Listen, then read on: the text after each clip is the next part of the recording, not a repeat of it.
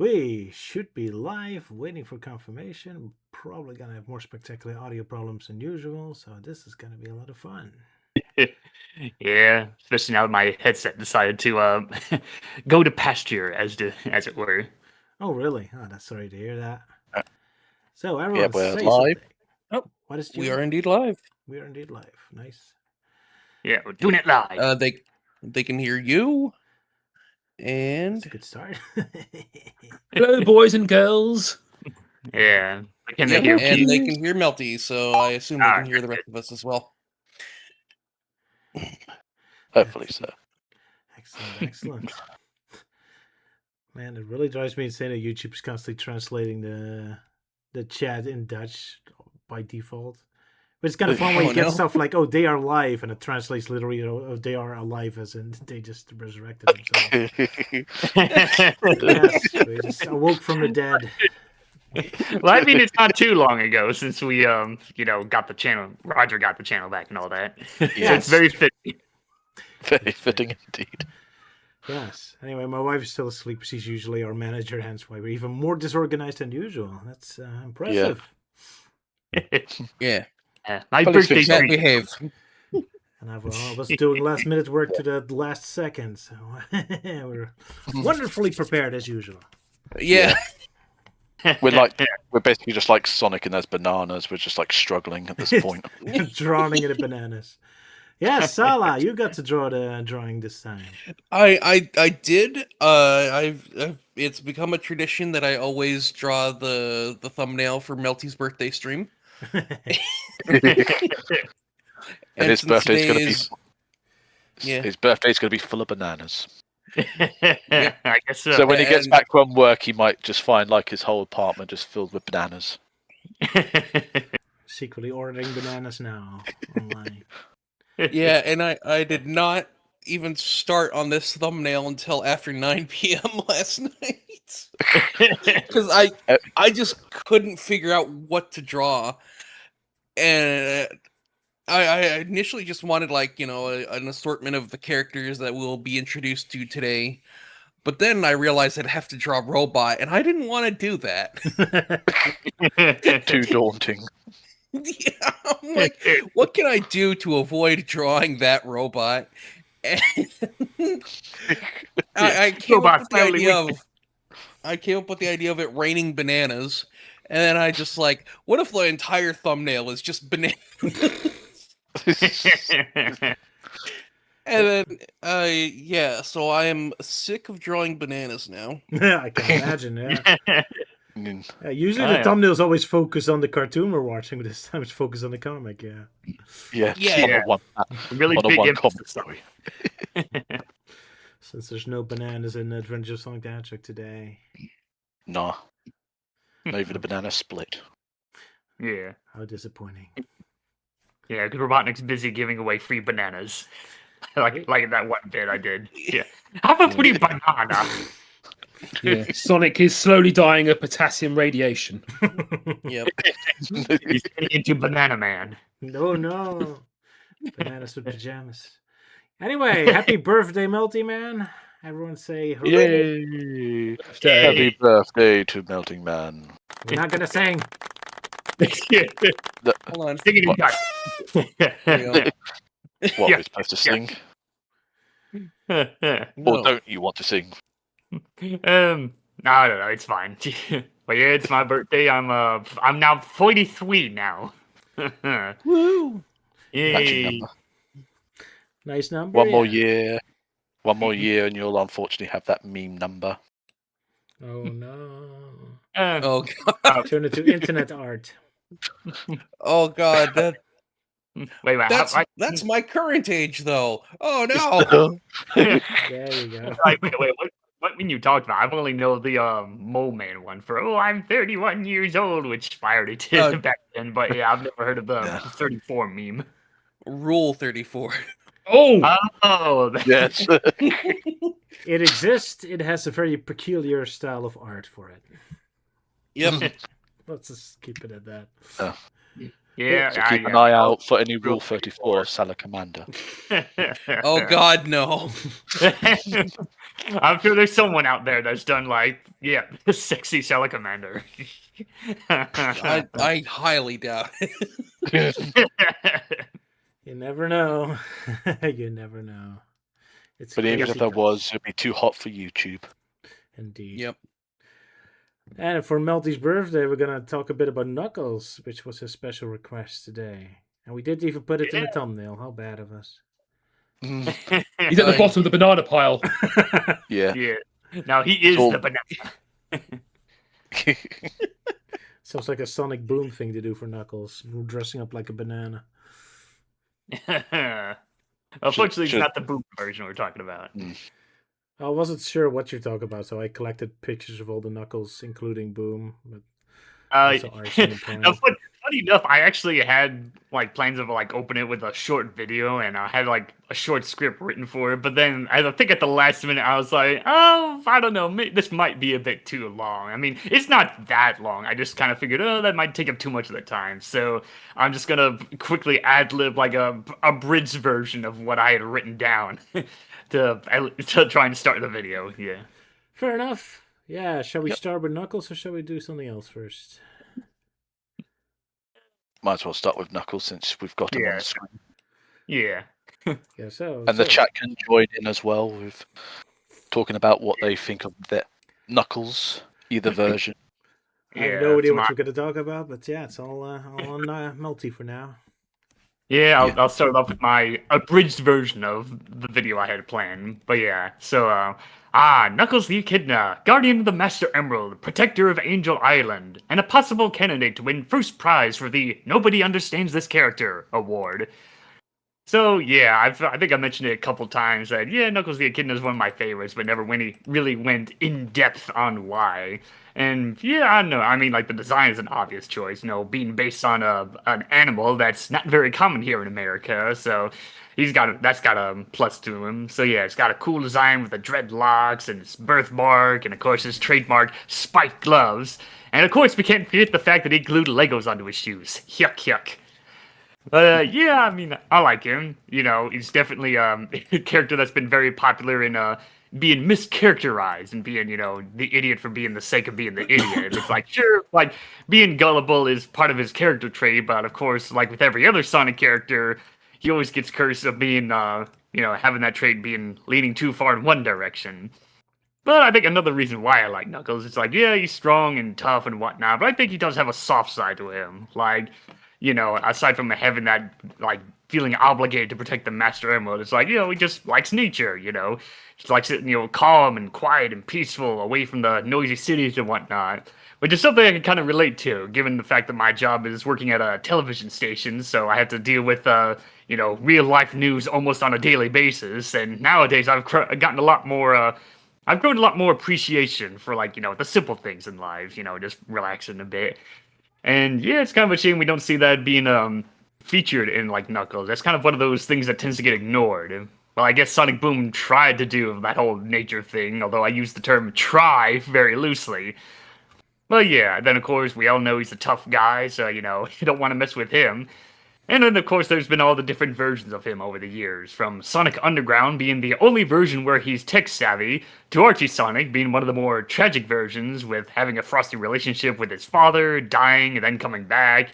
And then, then that cool moment where he got roboticized and fought off Mecha Sonic. Yeah, that was cool. So yeah, and Sonic Boom, where, we don't talk about Boom Knuckles. But yeah. Yeah. But yeah, that's just about it. Just wanted to talk about my favorite guy for a while for this special occasion. Alrighty. So, I heard that Ken Penders made him more like the normal guy for Sonic Archie. Like if he needs like a straight man. Is that true, or what do you think about that? He's more the straight man of Archie. I guess it's something like that. Like the most popular common traits that he does with Knuckles in the comics was one, having his stuff being very similar to Superman. So the whole Kryptonian race, whatnot, that disappeared for a while, yada yada. And that was before they really started to establish that yes, Knuckles really is the last Echidna on Mobius.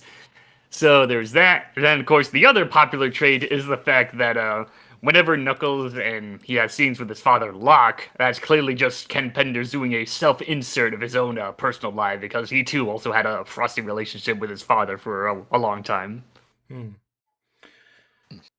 I guess so, yeah. And what's your thoughts? What's your opinion on movie Knuckles? Oh yeah, I love movie Knuckles. He's definitely one of my favorites. Yeah, I definitely enjoyed like the voice that he got, and really looks good. And like one thing I really liked about this portrayal is that they really amp up like, he's a tribal warrior, and he's like, very serious about being a loyal fighter and whatnot. And like, sure, there might be some dumb moments, but that's just more of a case of a fish out of water kind of situation. Like, he doesn't understand the whole, like the holographic bit when Robotnik's like poking at the holographic of Sonic, and then Knuckles just smashes it. It's like, there, target destroyed. So, it's kind of more that fun kind of naivete, and not just, like Sonic Boom does, where he's just being stupid for the sake of being stupid. Agreed, yeah. Yeah. Yeah, anything else? You want to say something about Knuckles and Drag being kissed by Sonic? That was something Luke brought up. So yeah, I was just like, oh yeah, that's from that scene from Archie Sonic issue 148, where it was just, that was more of they had a backup story that was more slice of life, where it just shows Sonic and the gang like putting on a stage play for the children to show off, Sonic's fun adventures. And poor Knuckles got dragged into play as Sally Acorn. But yeah, it's kind of funny with like the other characters taking part. We have like Rotor playing Tails, and Big the Cat playing Dr. Eggman, and all this other random stuff. Okay, that's kind of fun. I thought the Knuckles in a wig thing was a joke. No, it's real. Like, yeah, the image that Luke posted, yeah, that's like the ending of that panel where like, oh, Sonic, you saved me, and then Knuckles just says, if you kiss me, then I'm really gonna clobber you. The end. Yeah, I was wondering why Sonic was trying to kiss Knuckles wearing a toupee. Yeah. Well, that's Sally Acorn. Supposed to be. Yeah. Poor Knuckles. Poor Knuckles indeed. Yeah. Hey, you have a lot of Knuckles minifigures you showed us. Oh yeah, I just felt like showing a screenshot of the a bunch of my Knuckles minifigures I have decked out on my desktop, along with a shit ton of other random things. A very dusty keyboard there. Yeah, let's just say I'm not the best with dusting. Should I have shown this picture? Sorry for embarrassing you. Let's do something else. What? All the way on the left, is that Wonder Woman Amy? Oh yeah, I got one of those Sonic / DC minifigure blind bags or whatnot. So I felt like just getting one, and I got Wonder Woman Amy. Nice. Yeah. And if you're wondering, yes, I have a figure of Superman Knuckles, which I think that's the 5-inch one, so I have that stashed away somewhere. Nice. I can barely hear you, Roger Melty. Oh boy, do I have audio problems? I think I was away from the mic for a bit, yeah. Or you were too loud. So your fault, Melty. Oh, sure. Blame it on my headset that decided to die out, so I'm trying to improvise by using my recording mic that I use for my videos. All my incompetence is your fault. Okay, I'm putting you a lower volume. Hope that helps. So that's probably too late. You also appear to have what appears to be floating Knuckles head in a cube. Oh yeah, that was something I found at it was like a dollar store type thing. I think it was called like Pop Shelf or something. But yeah, it's basically supposed to represent like, the monitors of like the 1-Up monitors. So they have one with Knuckles, so I had to get one. Okay. Explains it. Yeah. So no, Lego Knuckles did not decapitate him or anything. Alrighty. Yeah, someone in the comments made a good point that Donkey Kong Bonanza would have been a great Knuckles game. I agreed on that. Smash. Oh, that's true, actually, yeah. Yeah. That would have fit. That would have been amazing. Would have been a great fit for our thumbnail today. Bananas and Knuckles. I did indeed consider drawing Donkey Kong in the thumbnail. When I wanted to add a bunch of bananas, I thought about just like superimposing Donkey Kong's banana horde. And then just like having Donkey Kong do the ooh banana pose. But Decided I didn't Fine. want to do that. It was more important to draw all those bananas. Yeah.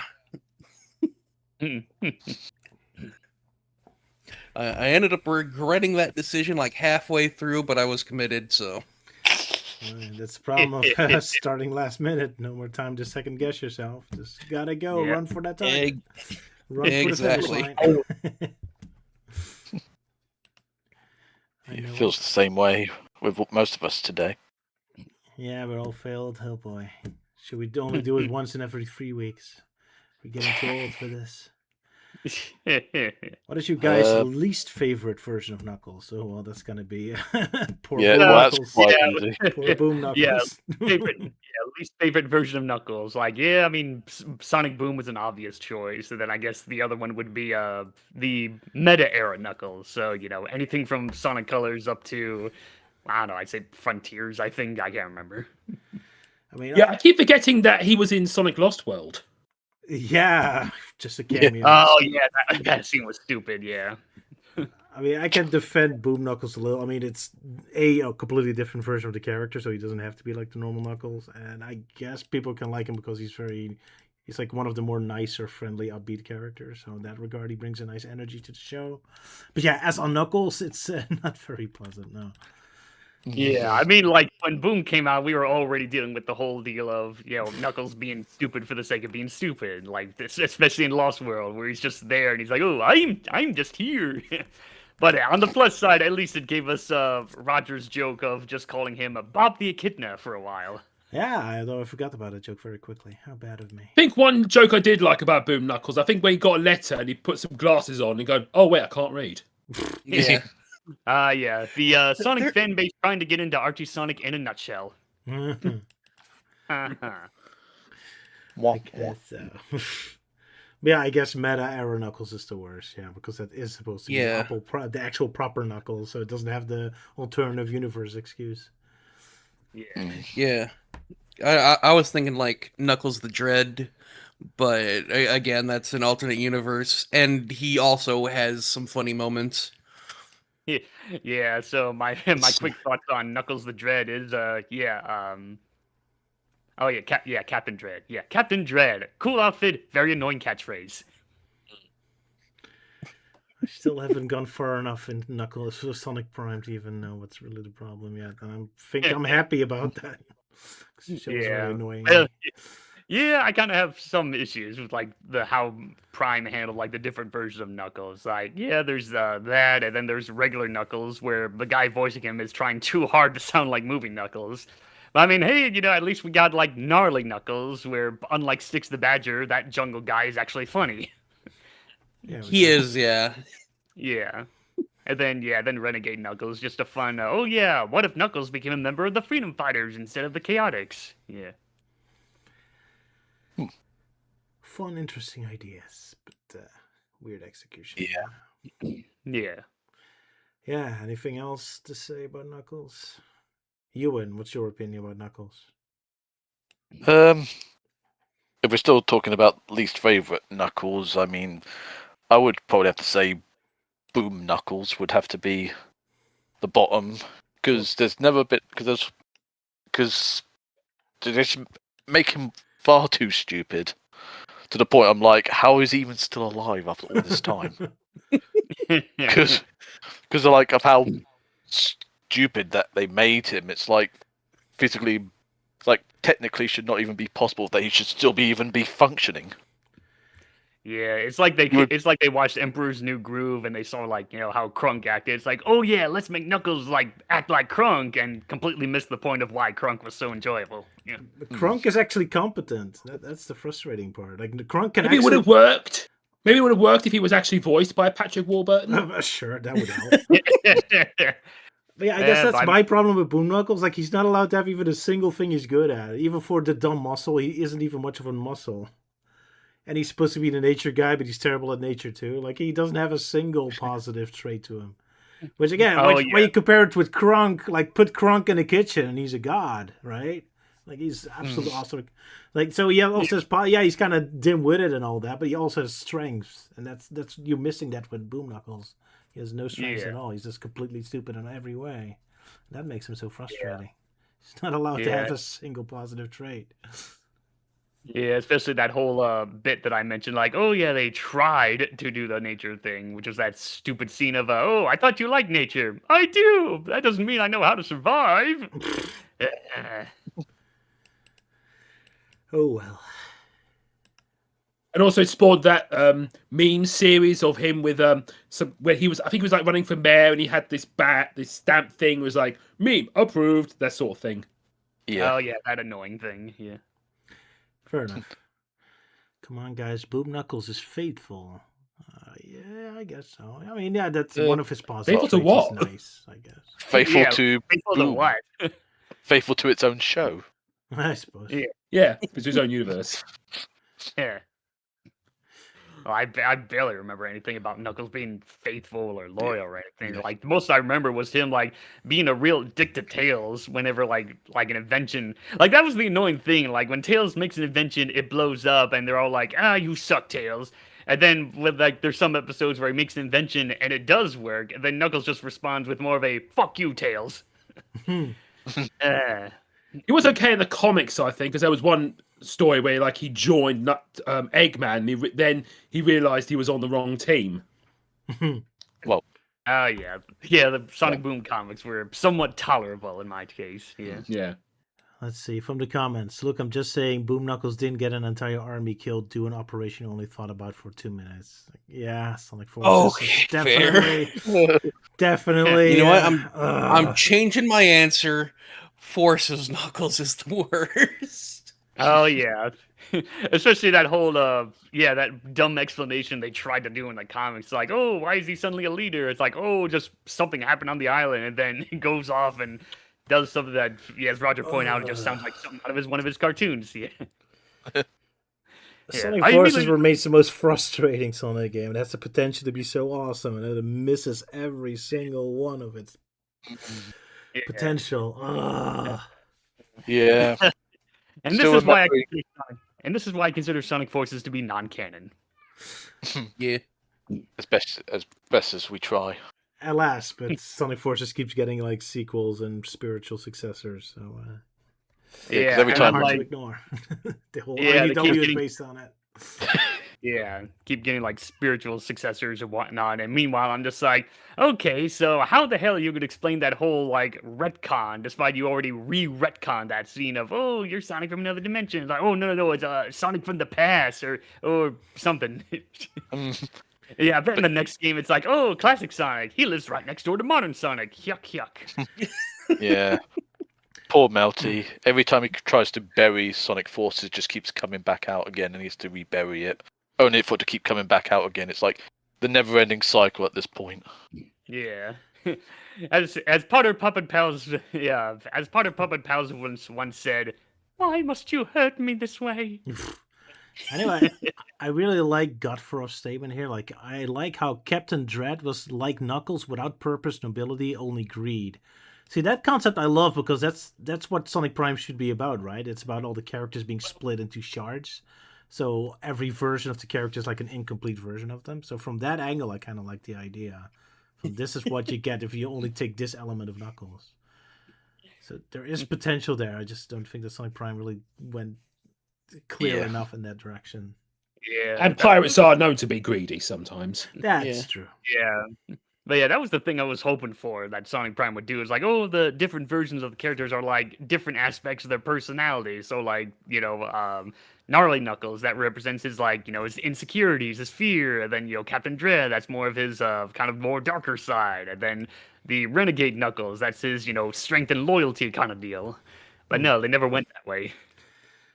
Such a shame, because that's right there, Yeah. What is it, Salah? That was what the Chaos Council was. It was just 5 different aspects of Eggman's character as 5 separate characters. But unfortunately, they went too far in that direction, and each one of them just became incredibly one note and very boring. Yeah, and that's like another thing. Like, why the hell did it only focus? Like, why did it only affect Robotnik in that particular universe? Like, where's Pirate Eggman? Where's like Dinosaur Eggman? The others. Yeah. Yeah. I mean, come on, like the Sonic X comics had a scene of Robotnik dressed up as a pirate for Pete's sake. But yeah, I guess Sonic Prime deserves its own video one day when I finally am mentally ready to actually watch the Well, I episode. mean, absorb that series. What's it, Luca? Well, we're slowly wrapping up Adventures of Sonic, so maybe that's for next time. We'll do Sonic Prime. Oh, no. That's gotta be. Is that what you want, chat? Us going in Sonic Prime. Yeah, It's so AKA, frustrating. we have sliders at home. It's so frustrating because I kind of think I would like Sonic Prime, but it's just too much. It's exhausting. it has like the exact opposite problem of Sonic Boom because like Sonic Boom was low energy and boring and everything, and then Sonic Prime's like sure it has the energy and like the animation is definitely not Family Guy budget like Sonic Boom is, but it has the other problem of like the pacing goes by like way too fucking fast and there's like barely anything to And there's breathe. their story. Yeah. I wish I could grab Sonic Boom and Sonic Prime from in a blender and turn them into one new series. Yeah. Yeah, because I mean, with Prime, it's like despite like it's like so much stuff happening, like going by super quickly, and yet somehow they still manage to grab a hold of it and just stretch it all the way out to like 3 seasons Yeah. when it should have been 2. Oh yeah. See, that's why I can at least tolerate Sonic Boom a little more. At least it's just episodes with its own standalone story. Like, all right, I can just take an episode because then it has a begin, middle, and end, and then we can move on. But Sonic Prime is just this endless barrage of stuff. Like, it doesn't have a shape, so my brain doesn't know what to do with it. Yeah, Sonic Prime has that issue with modern TV shows where, they make 10 movies, they chop it up into pieces, and then sell it off as a 26-episode series. No, worse, they make only one movie, but they make it go on for 20 hours. Like, ugh. There's only a 2-hour story. Yeah. Yeah. Oh my god. It's a 2-hour story stretch over 10 hours. Sorry, I was. You said something, Sala? I went through. Yeah. I was just agreeing with Luke. That final battle, it is so drawn out. Yeah, every episode is basically Sonic going, 9, stop this, and 9 going, no, and repeat ad nauseum. Yeah. Stop it, 9. No. Oh yeah, especially in the 3rd season where it's just this never-ending like war. It's like first episode there's a war, next episode war part 2, next episode war part 47. Exhausting, yeah. Someone asked in the comments what we think about the lore. Oh, for which version of the lore we prefer, I think. Yeah. I mean, it's kind of unfair with the movie since they didn't really go into the Echidna lore with each continuity. Okay. Well, that's a bit of a Sonic Boom, quite... none. Well, a tiny bit, but geez. That's really only the games and Archie, I guess. Fleetway, maybe a little. But... the lore in Fleetway was quite interesting. What about it? Well, they kind of like did their own spin on like Knuckles' his personal history and his own personal history that we can't really reveal just yet. But yeah, stuff about the giant robots, Zachary. It is quite interesting. All right.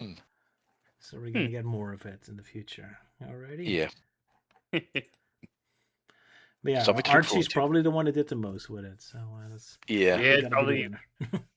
Yeah, like the one that wins first prize of doing more with the Echidna lore. Like we get to find out about Knuckles' parents, and we see like the other Echidnas that are apparently highly advanced in like technology and whatnot. Well, until Robotnik went and blew it up, and now they're kind of left in poverty. And then then they all got taken away mostly because of last minute lawsuit dramas. But at least we got like Julie Sue, got the his love interest, who's definitely a good fit for her, like for him with her like tough personality and everything, and then that, and I guess like Mobius, where they have a daughter together, and I think that's mostly from like the old timeline / Light Mobius universes. When in terms of the new timeline, they don't really do much as Knuckles kind of acts more like his pre-meta era version, so that's definitely like the better version of Knuckles during the final years of Archie Sonic. Thank goodness. But of course, Luke prefers Doc Brown, Pacamac, Knuckles. Pacamac. Pacamac, sorry. Yeah, I always did find that funny. It's like, I think people would complain like, "Oh no, why they make him like goofy and friendly in this me," and I'm like, "Hey, we've gone through like several different versions where he's always portrayed as like the grumpy, like angry guy or whatnot. I'm perfectly fine with like a completely brand new take on like movie Sonic and how it's doing its I own think I was thing." just disappointed Yeah. that Pac-Man was only there for like 2 scenes. Oh yeah, Yeah. when he shows up to Knuckles in spirit, and then the whole trippy dream scene with Wade. Yeah. Yeah, and of course the problem of grabbing Christopher Lloyd for that is like he's old, so he's not going to be very available for future movies, maybe. Yeah. So Yeah. I'm kind of worried if we're ever going to get much of Knuckles' backstory in that regard, or they have to recast him at some point. Because Yeah. the man is not going Oh, to live yeah. forever, unfortunately. Yeah. Oh yeah, that's the other thing. Yeah, movie Knuckles is also the like the second other time where we actually get to see Knuckles' father, even though it's like very brief, but it's cool how we see him like, part of the whole like Echidna tribe, like obviously based on Sonic Adventure. Yeah. And if anyone's wondering, yes, Ken Penders did pitch a fit about it, and if you're wondering, no, he didn't actually try and sue Paramount. Because even if he did, it would have played out like that whole scene from Simpsons, like, "Oh, we got, contracts, blah, blah, blah, blah, blah." Paramount's like, "Yes, well, I have 10 high-priced lawyers." And then he runs out of the room screaming.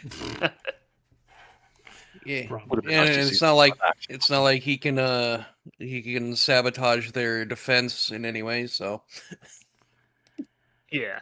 True. as for me, my favorite version of Kitten Lore is actually Sonic Chronicles. Oh, cool. Uh, Ah.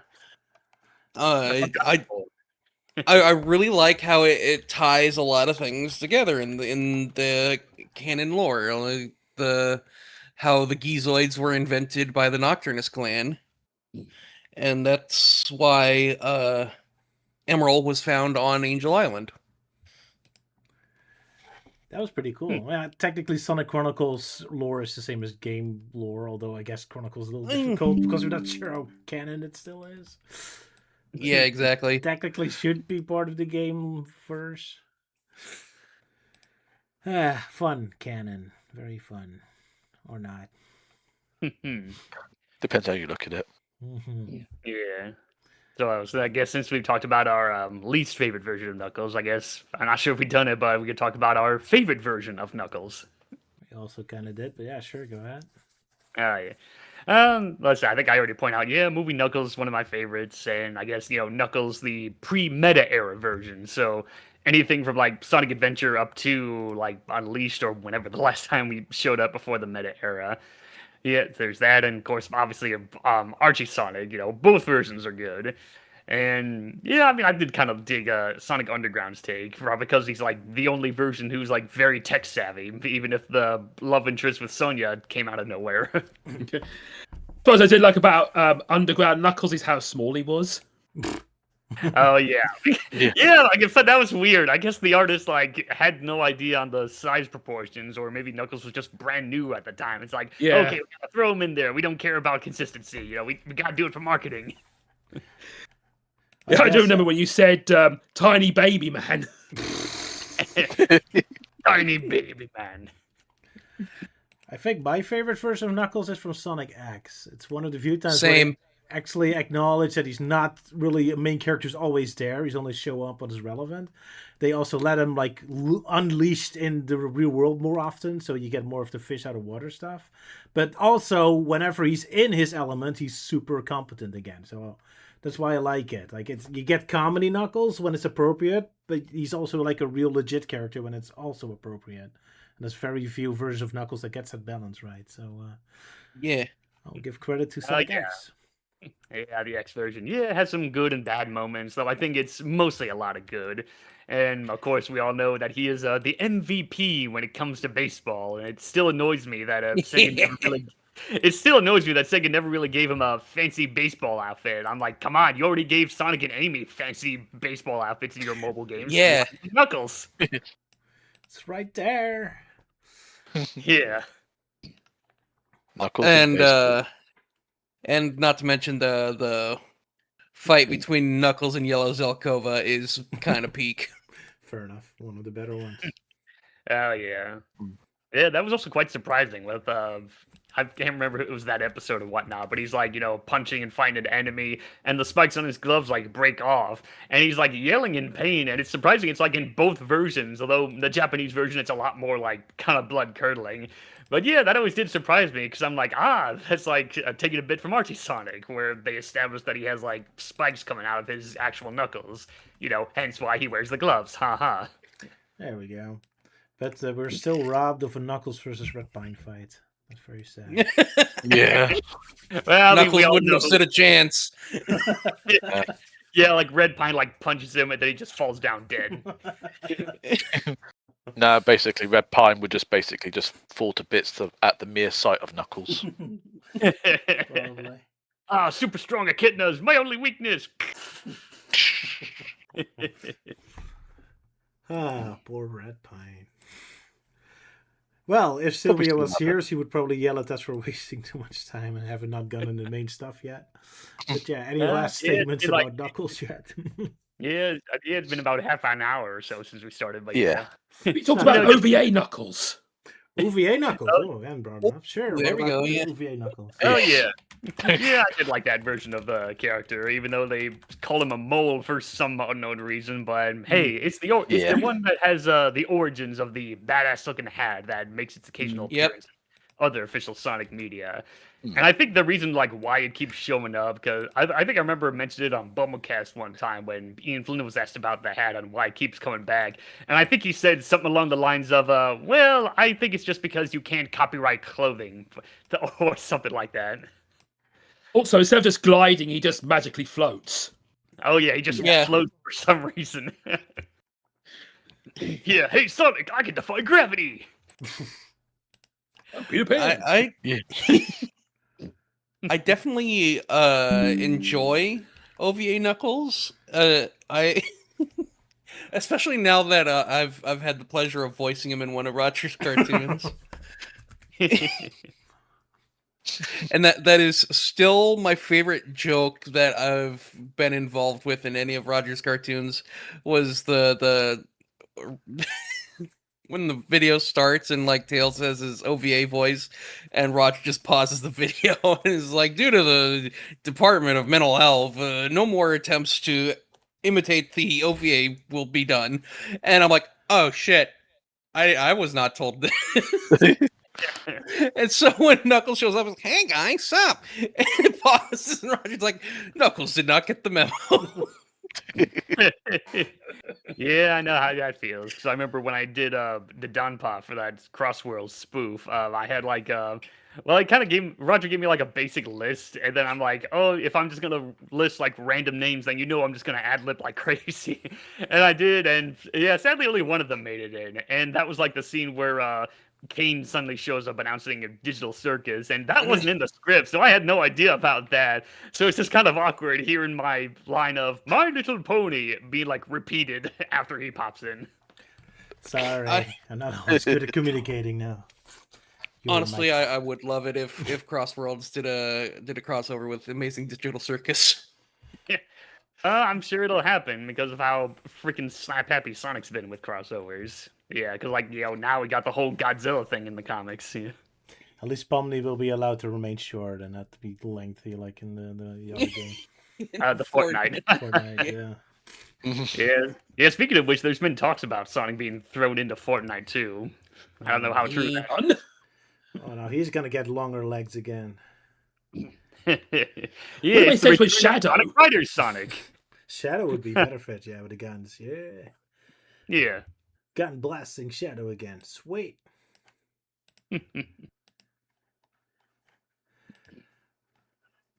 Right. All right. Let's finally move on. Yeah, before Sylvia starts yelling at us, she just woke up. So I think we said enough about Rad Red for now. So. Yeah. Fair enough. Luke, you want to say something about your Lego Roman baths? Oh, it was just a model kit I picked up when I was at the Roman Baths Museum in Bath. But it was rather fiddly trying to get all the, because that was like a massive pile of bricks. So it just took me ages to sort them out and just assemble. It was very fiddly trying to assemble it because sometimes they don't. It was a bit flimsy as well because sometimes they don't click on properly. But it's okay.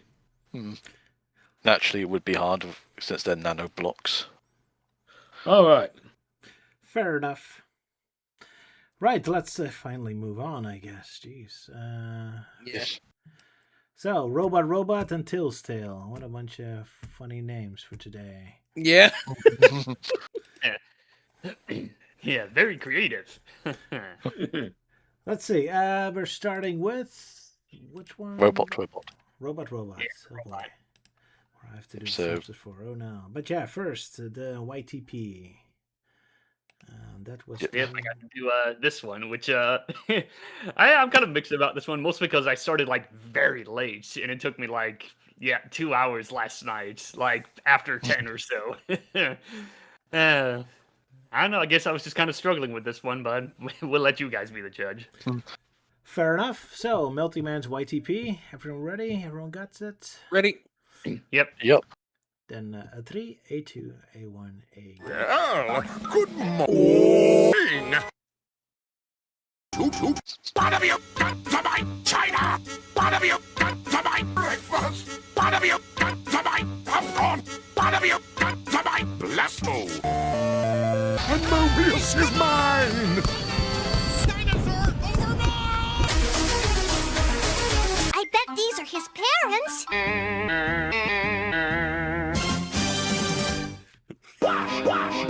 Stop telling me to do things! Nice. Well done, Melty. Yeah. It's nice you Yeah. didn't go for the obvious joke of Robotnik going, "What have you done to China?" I was tempted in doing that. It's like maybe doing something related to like My Little Pony because that Friendship is Magic is super popular in China, and I was tempted of doing something similar to that. It's like Robotnik's pissed off at like I don't know Twilight and the gang's like, what have you done to China? But I scrapped that because I just wasn't sure if it was gonna work, and I just ran out of time. But, Or you could just change it up to like, "What have you done to them, China?" That way for everyone, yeah. Yeah, Yeah, nicely that- done. Yeah, thanks. Yeah. Had a bit of fun with the Dr. Weird segment, which, funny enough, me and Sally can actually do a decent job sounding like Dr. Weird and Steve. Gentlemen, behold! Forward! Oh my god, my favorite is still the thermostat one. That's been there. Oh,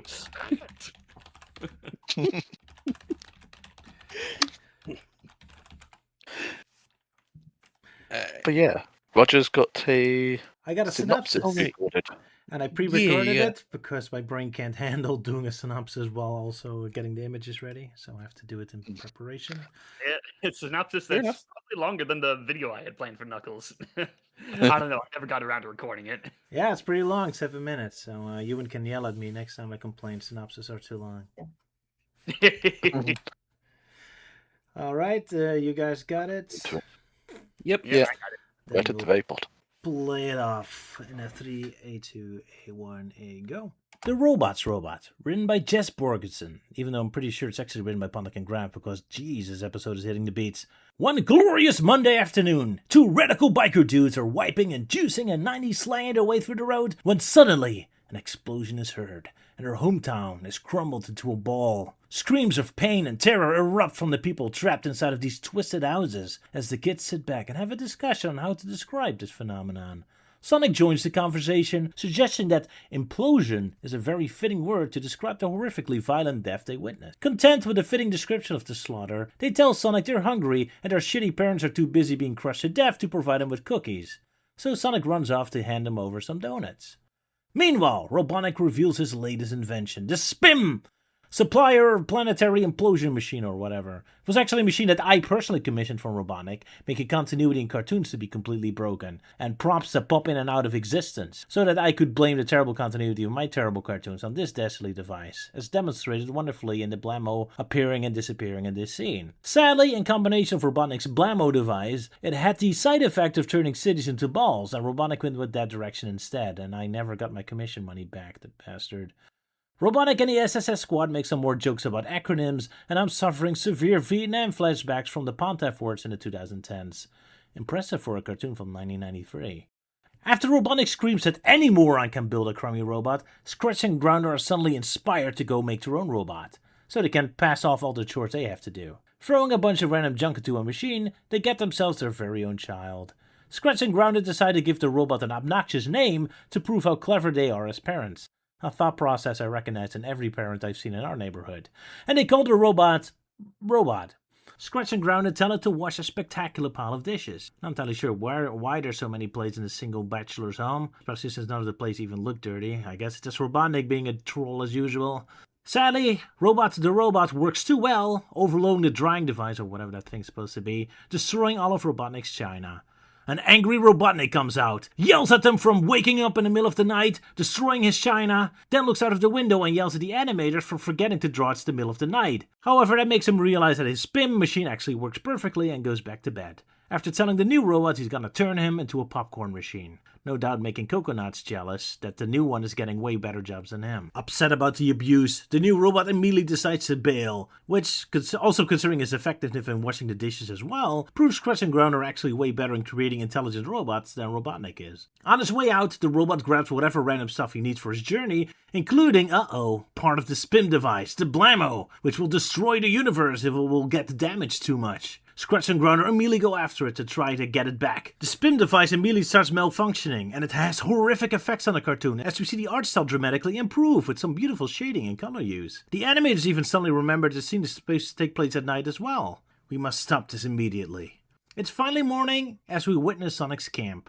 He set up a comfy looking tent for safety and comfortable sleep, and then made everyone sleep outside of the tent anyway, with the children laying on a tree branch, as Sonic couldn't even be bothered to get them some spare blankets.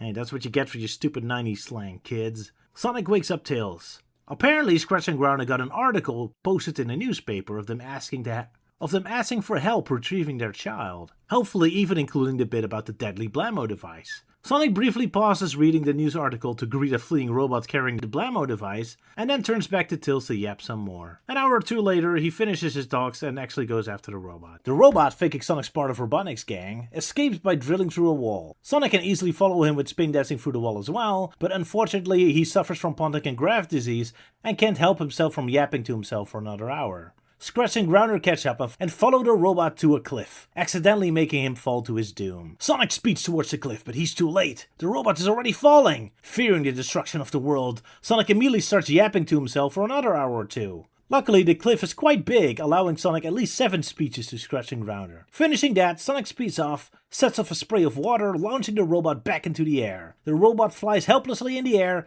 only to violently smack into a wall and set off the world-destructive device anyway.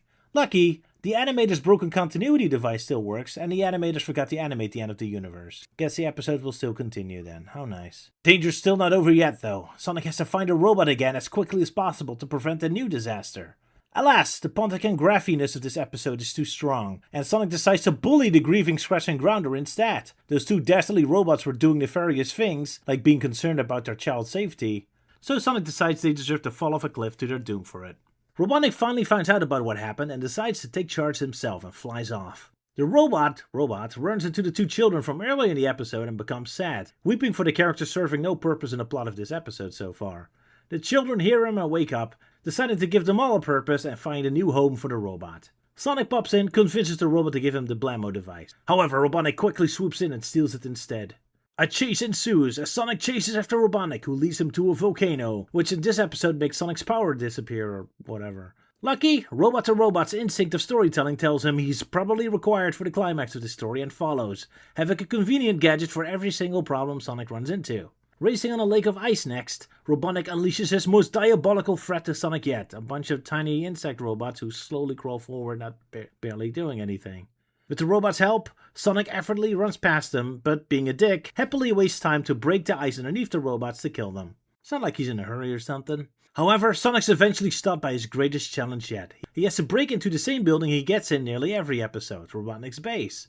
Lucky, Robot to Robot has the key. Robotnik is about to activate his spin weapon again, but Sonic has a great plan, reminding Robotnik about his disdain for the new robot and challenging Robotnik to murder it, guilt-tripping Scratch and Grounder to defend it. Scratch and Grounder immediately step in, happily risking their lives to save the life of their child. What a bunch of losers. Sonic, realizing he hasn't pointlessly dressed up yet, turns himself into a German scientist to offend Dr. von Schlammer and sabotages Robotnik's machine, making it self-destruct.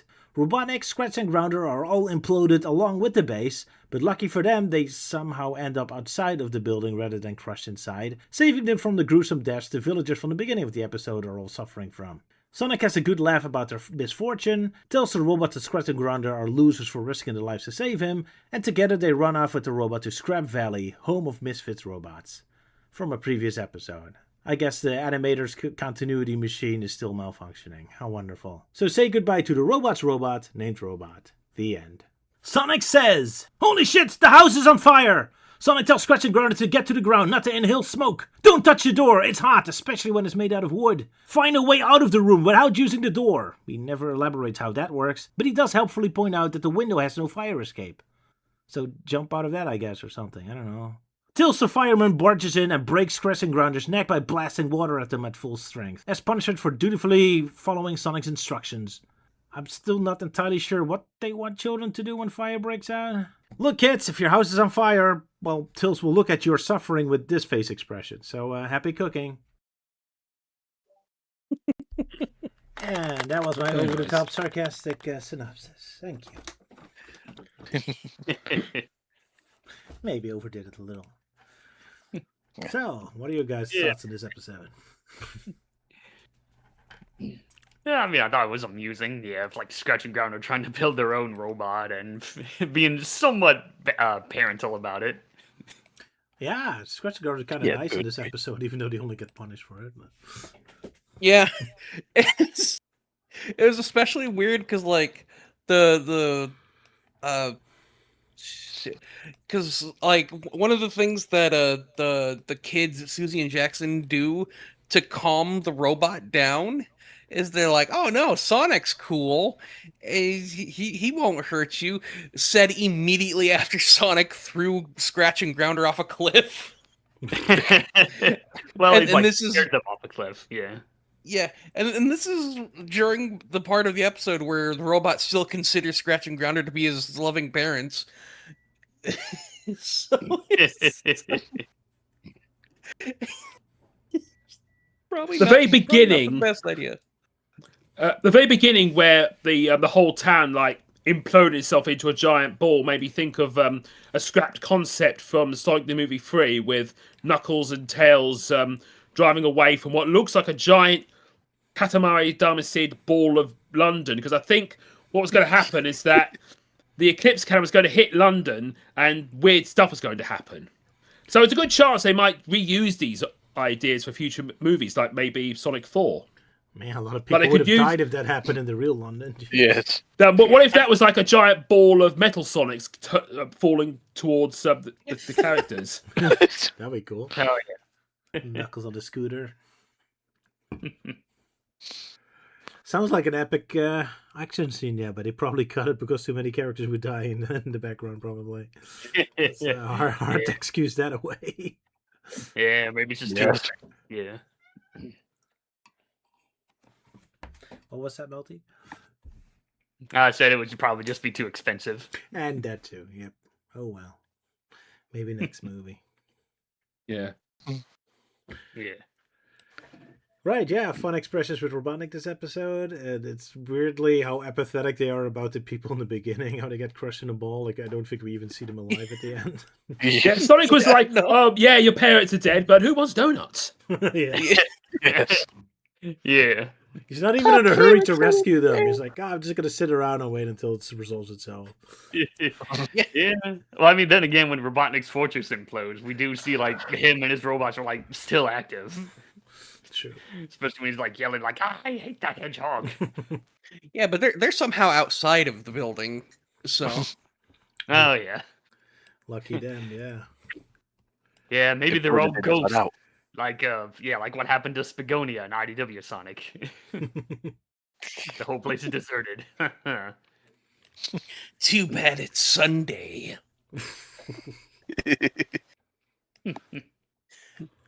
One weird moment was for me when I saw in the episode is where as Robotnik leaps into his Eggomatic, instead of like leaping up out of shot and then leaping down, he just sort of like he very briefly flickers out, and then he leaps onto it. Yeah. Little yeah. animation problem. Hey. Could have been another moment when Robotnik briefly vanished to the Shadow Realm, like what happened with that one moment from Robotnik Jr. Hell yeah. Just got had the scream. Yeah, I mean, he's looking for that robot, so we go to the Shadow Realm for a bit. It's like, nope, not here, and then comes back. Yes. I guess he angered That to probably Fat, explains his control- expression. Yeah. It was of anger to Fat Controller for a moment. Yeah. Yes. Yeah, then it leads to that whole funny bit. It's like, oh, I'm going to find that robot of yours. Any questions? Yeah, too bad. That was fun, yeah. Yeah, there were some couple of fun games. Yeah. So what's up, you? Just seeing him sit like that, looking all like grumpy and determined in his Eggmobile, just reminds me of how I was this morning when I was driving. Yeah. Also on a Such busy highway. I'm kind of surprised Yeah. to see Luke write it as highway. Don't you have a different British word for it? Motorway? It's like Motorway. busy motorway or something. Motorway. Yeah. Yeah. You must speak British, Sir Luke. Well, highway is a more common word. That's true. Then the the Americans know what you're talking about. Either way, yes, that's a perfect face expression for when you're stuck in traffic. Yep. Yeah, my poor left foot every time. I have to keep it on the clutch the whole time. Ah, that must suck. Yep. I also love Robotnik's expression at the very beginning, where on a billboard, it looks like the animators only had like 5 seconds to draw that up. And then another 5 seconds to actually colour it in. Yeah, Yeah. that's 10 seconds. Oh yeah, I just noticed. Yeah, Robotnik has white eyes in that billboard and not his red ones. And his clothes are entirely red, despite still having all of the details drawn on them. I thought they looked a bit more brown there, like someone just took a shit on him. Yeah, maybe that's his expression. Yeah. Nah, How dare you take a shit on me, you little shit! I think maybe when he was having his clothes washed, Sonic decided to use the toilet. Or the washing machine as a toilet. Also, one side of his mustache is way longer than the other. Yeah. Oh yeah. And the R logo's on a Brussels sprout. Yeah. Robotic Brussels sprouts. They make you go to the toilet. Yeah. They Well, give that's you why I make so explode- many jokes about my own cartoons, because I draw this terribly. Yep. Reminds me of my stuff.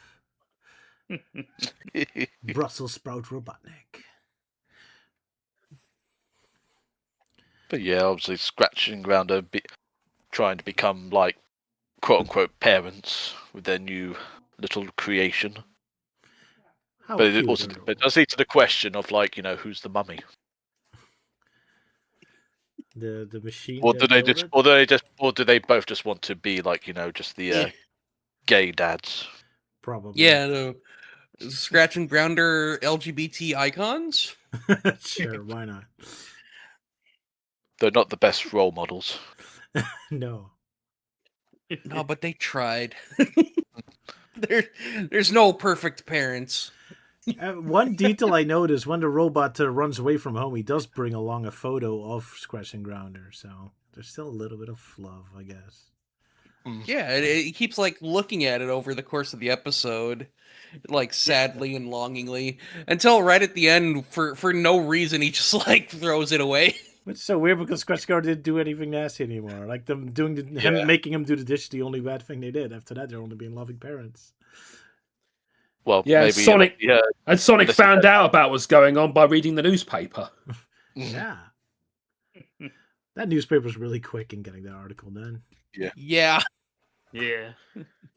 Mobius newspapers are very efficient. Just as fast as Sonic himself.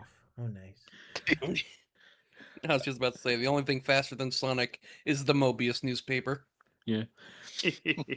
One detail that Salah pointed out was when Robotnik, no, it was Scratch and Grounder drops the blammo and Robotnik catches it. There was another one that's right behind them. Yeah. Hell yeah. And And then in the next shot where you can see it, it's still there, and he's no longer holding one. So it vanished. It was a bit of a shame, really, because when the robot nicks it, it was like, oh, okay, I got a spare. Yeah. Yeah.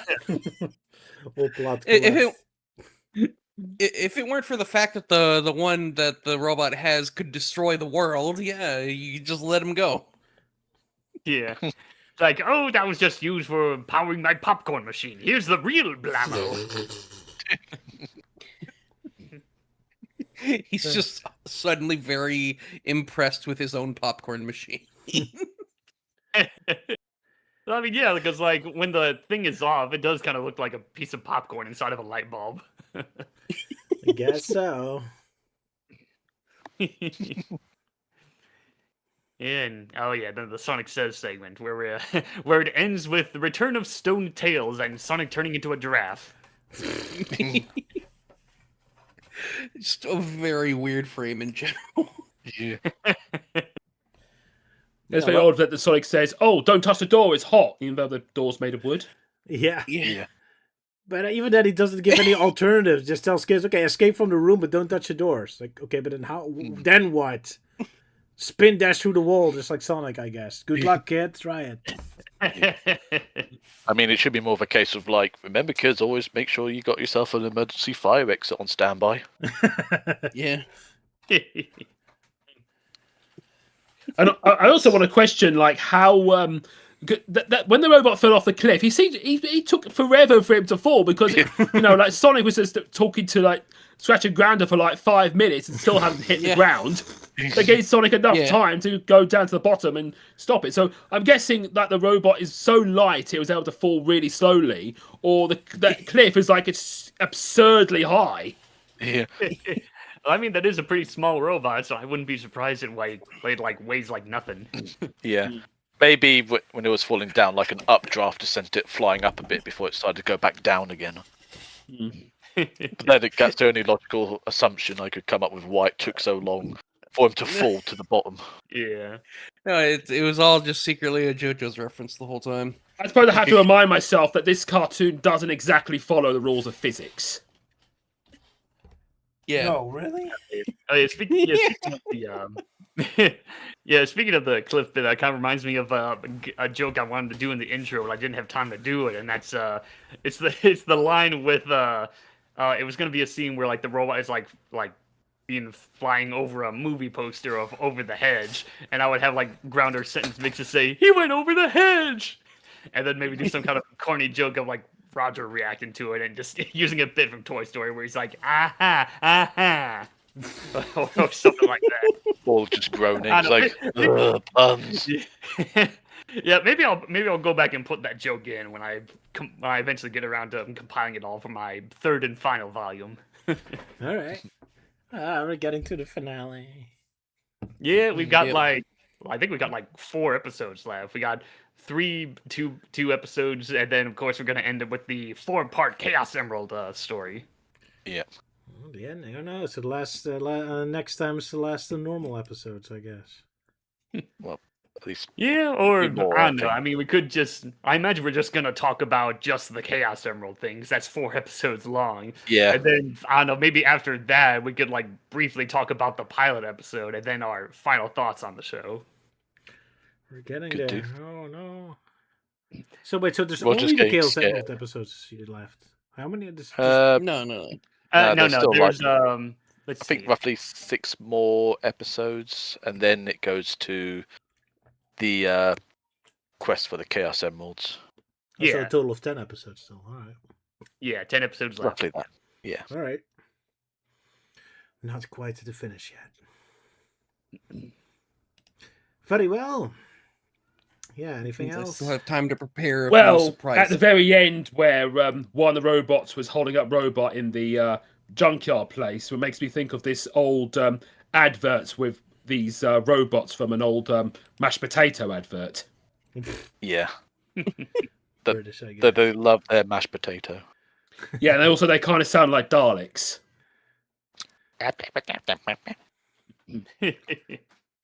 Classic.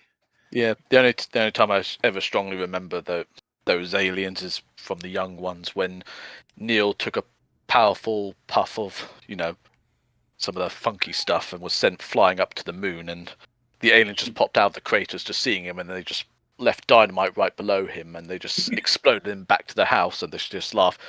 It's like, God, he was stoned out of his head. Sounds terrifying. Yeah. But yeah, that was a surprise of seeing the return of Scrap Valley, even if it was very short. But it's like, hey, continuity. It exists even in this show. And even the return of that very weird looking sort of robot with his tongue sticking out. Yeah.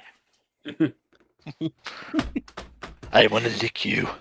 I can only assume he was going to be like some kind of food taster for Robotnik, but then something went wrong, and that's why he's there. Because he's just Also got the robot with two faces. Oh yeah. Yeah.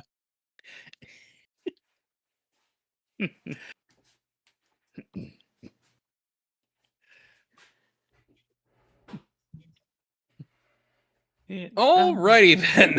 Yes. Well, I was Yeah, thinking Not of much else to say. well, I was gonna say like, oh yes, how about those Lion Kids thing? Because I don't know, for some reason I have a hard time of what the hell they're supposed to be wearing, because I don't know, I kind of assume they're just like wearing onesies or whatnot, but why are they doing that when they're riding bicycles? You think they'd be wearing like, protective gear or something? They kind of make me think of like they're from like some kind of like PSA or something. Kind of. Yeah, they do kind of look like generic characters you see in some random PSAs here. Yeah. Don't do drugs, kids. It does kind of look like pajamas, which is fitting when they wake up later. But during the bicycle scene is on. Yeah.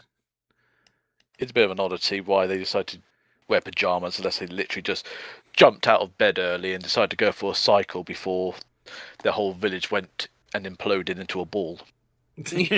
Yeah. The only survivors. Apparently so. Yeah. Oh yeah. Speaking of which, when they're when they first discover a robot, like that's always a weird scene because like how the robot's just standing there, and instead of looking at the kids, he's like looking off to the side for some reason. Like, is he like it's just like someone holding him at gunpoint or something? He's just shy. He's so autistic. He doesn't want to look in the eyes. Yeah. It's like I was like, oh no, I don't want to be part of this. I want to get away from them. Yeah, not these read between the lions knockoffs or whatever the hell that is. Between the lions. Yeah, that show. Yeah, oh my god. Haven't thought about that in a while. Yeah, I definitely remember that from ancient times on television. Yeah. Crazy. Right, shall we move on to Till's Tale? I suppose we should, as soon as Ewan uploads his video. Yeah, There it is. Ewan, as soon as you upload your video, Ewan. I Hurry was up, just ready Ewan. to upload it. I was ready to upload it because Starla was saying like, oh, there's a surprise. Like, what surprise?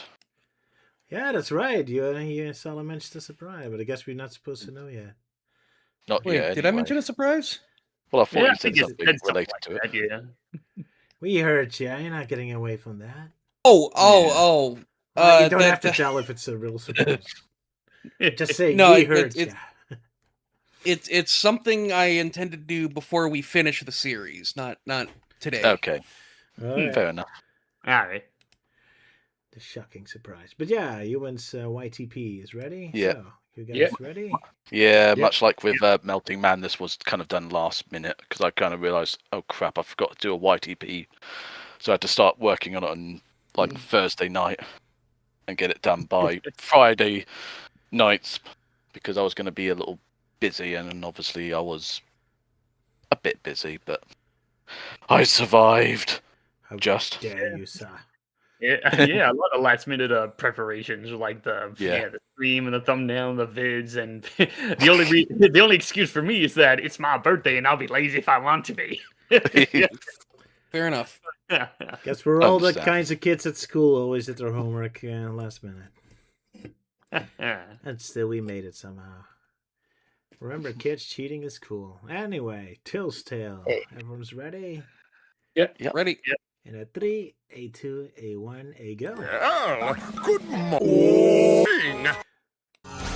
Sacre bleu! What is the Alpha. I am the Omega. I am the So do you Beta. want to restart again? Or... Delta. Yeah, let's restart. Sorry. Good morning. Nice. 3, 2, 1, go. What is that? I am the Alpha. I am the Omega. I am the Beta. Wait, no. Delta? No. The Nutty Professors Union does not permit me to do daring.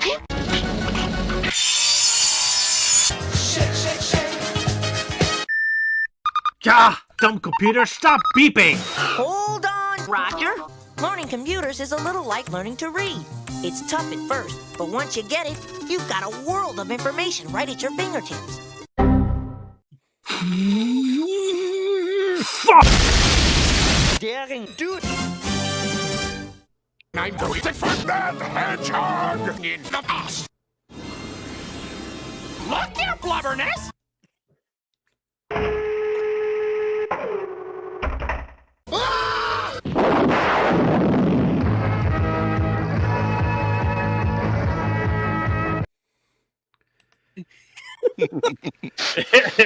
Age 1. Oh, that's amazing. Oh my god. You see scratch his beak. That was gruesome. Love the Roger cameo. Brilliant. Just have to include it. Did you like ask Roger to record those? Yeah, Okay. had to do it yesterday. Because if he couldn't do it, I was going to be like, okay, I'll just see whether or not I can just alter, Tails' voice to sound a bit low pitched. I just But use fortunately, robotics Roger lines. always Could have done. Yeah, and I assume you did the daring do joke just because of me. Well, it was going to be a bit longer, where it was like Professor Von Slimmer was going to say like that. In order to rescue Sonic, we need a Nutty Professor and Daring Do. But unfortunately, I couldn't find all the words I needed, so I had to abandon it. Yeah. I mean, still, like, makes sense with the daring do reference, because she would definitely explore a temple like that. Yeah.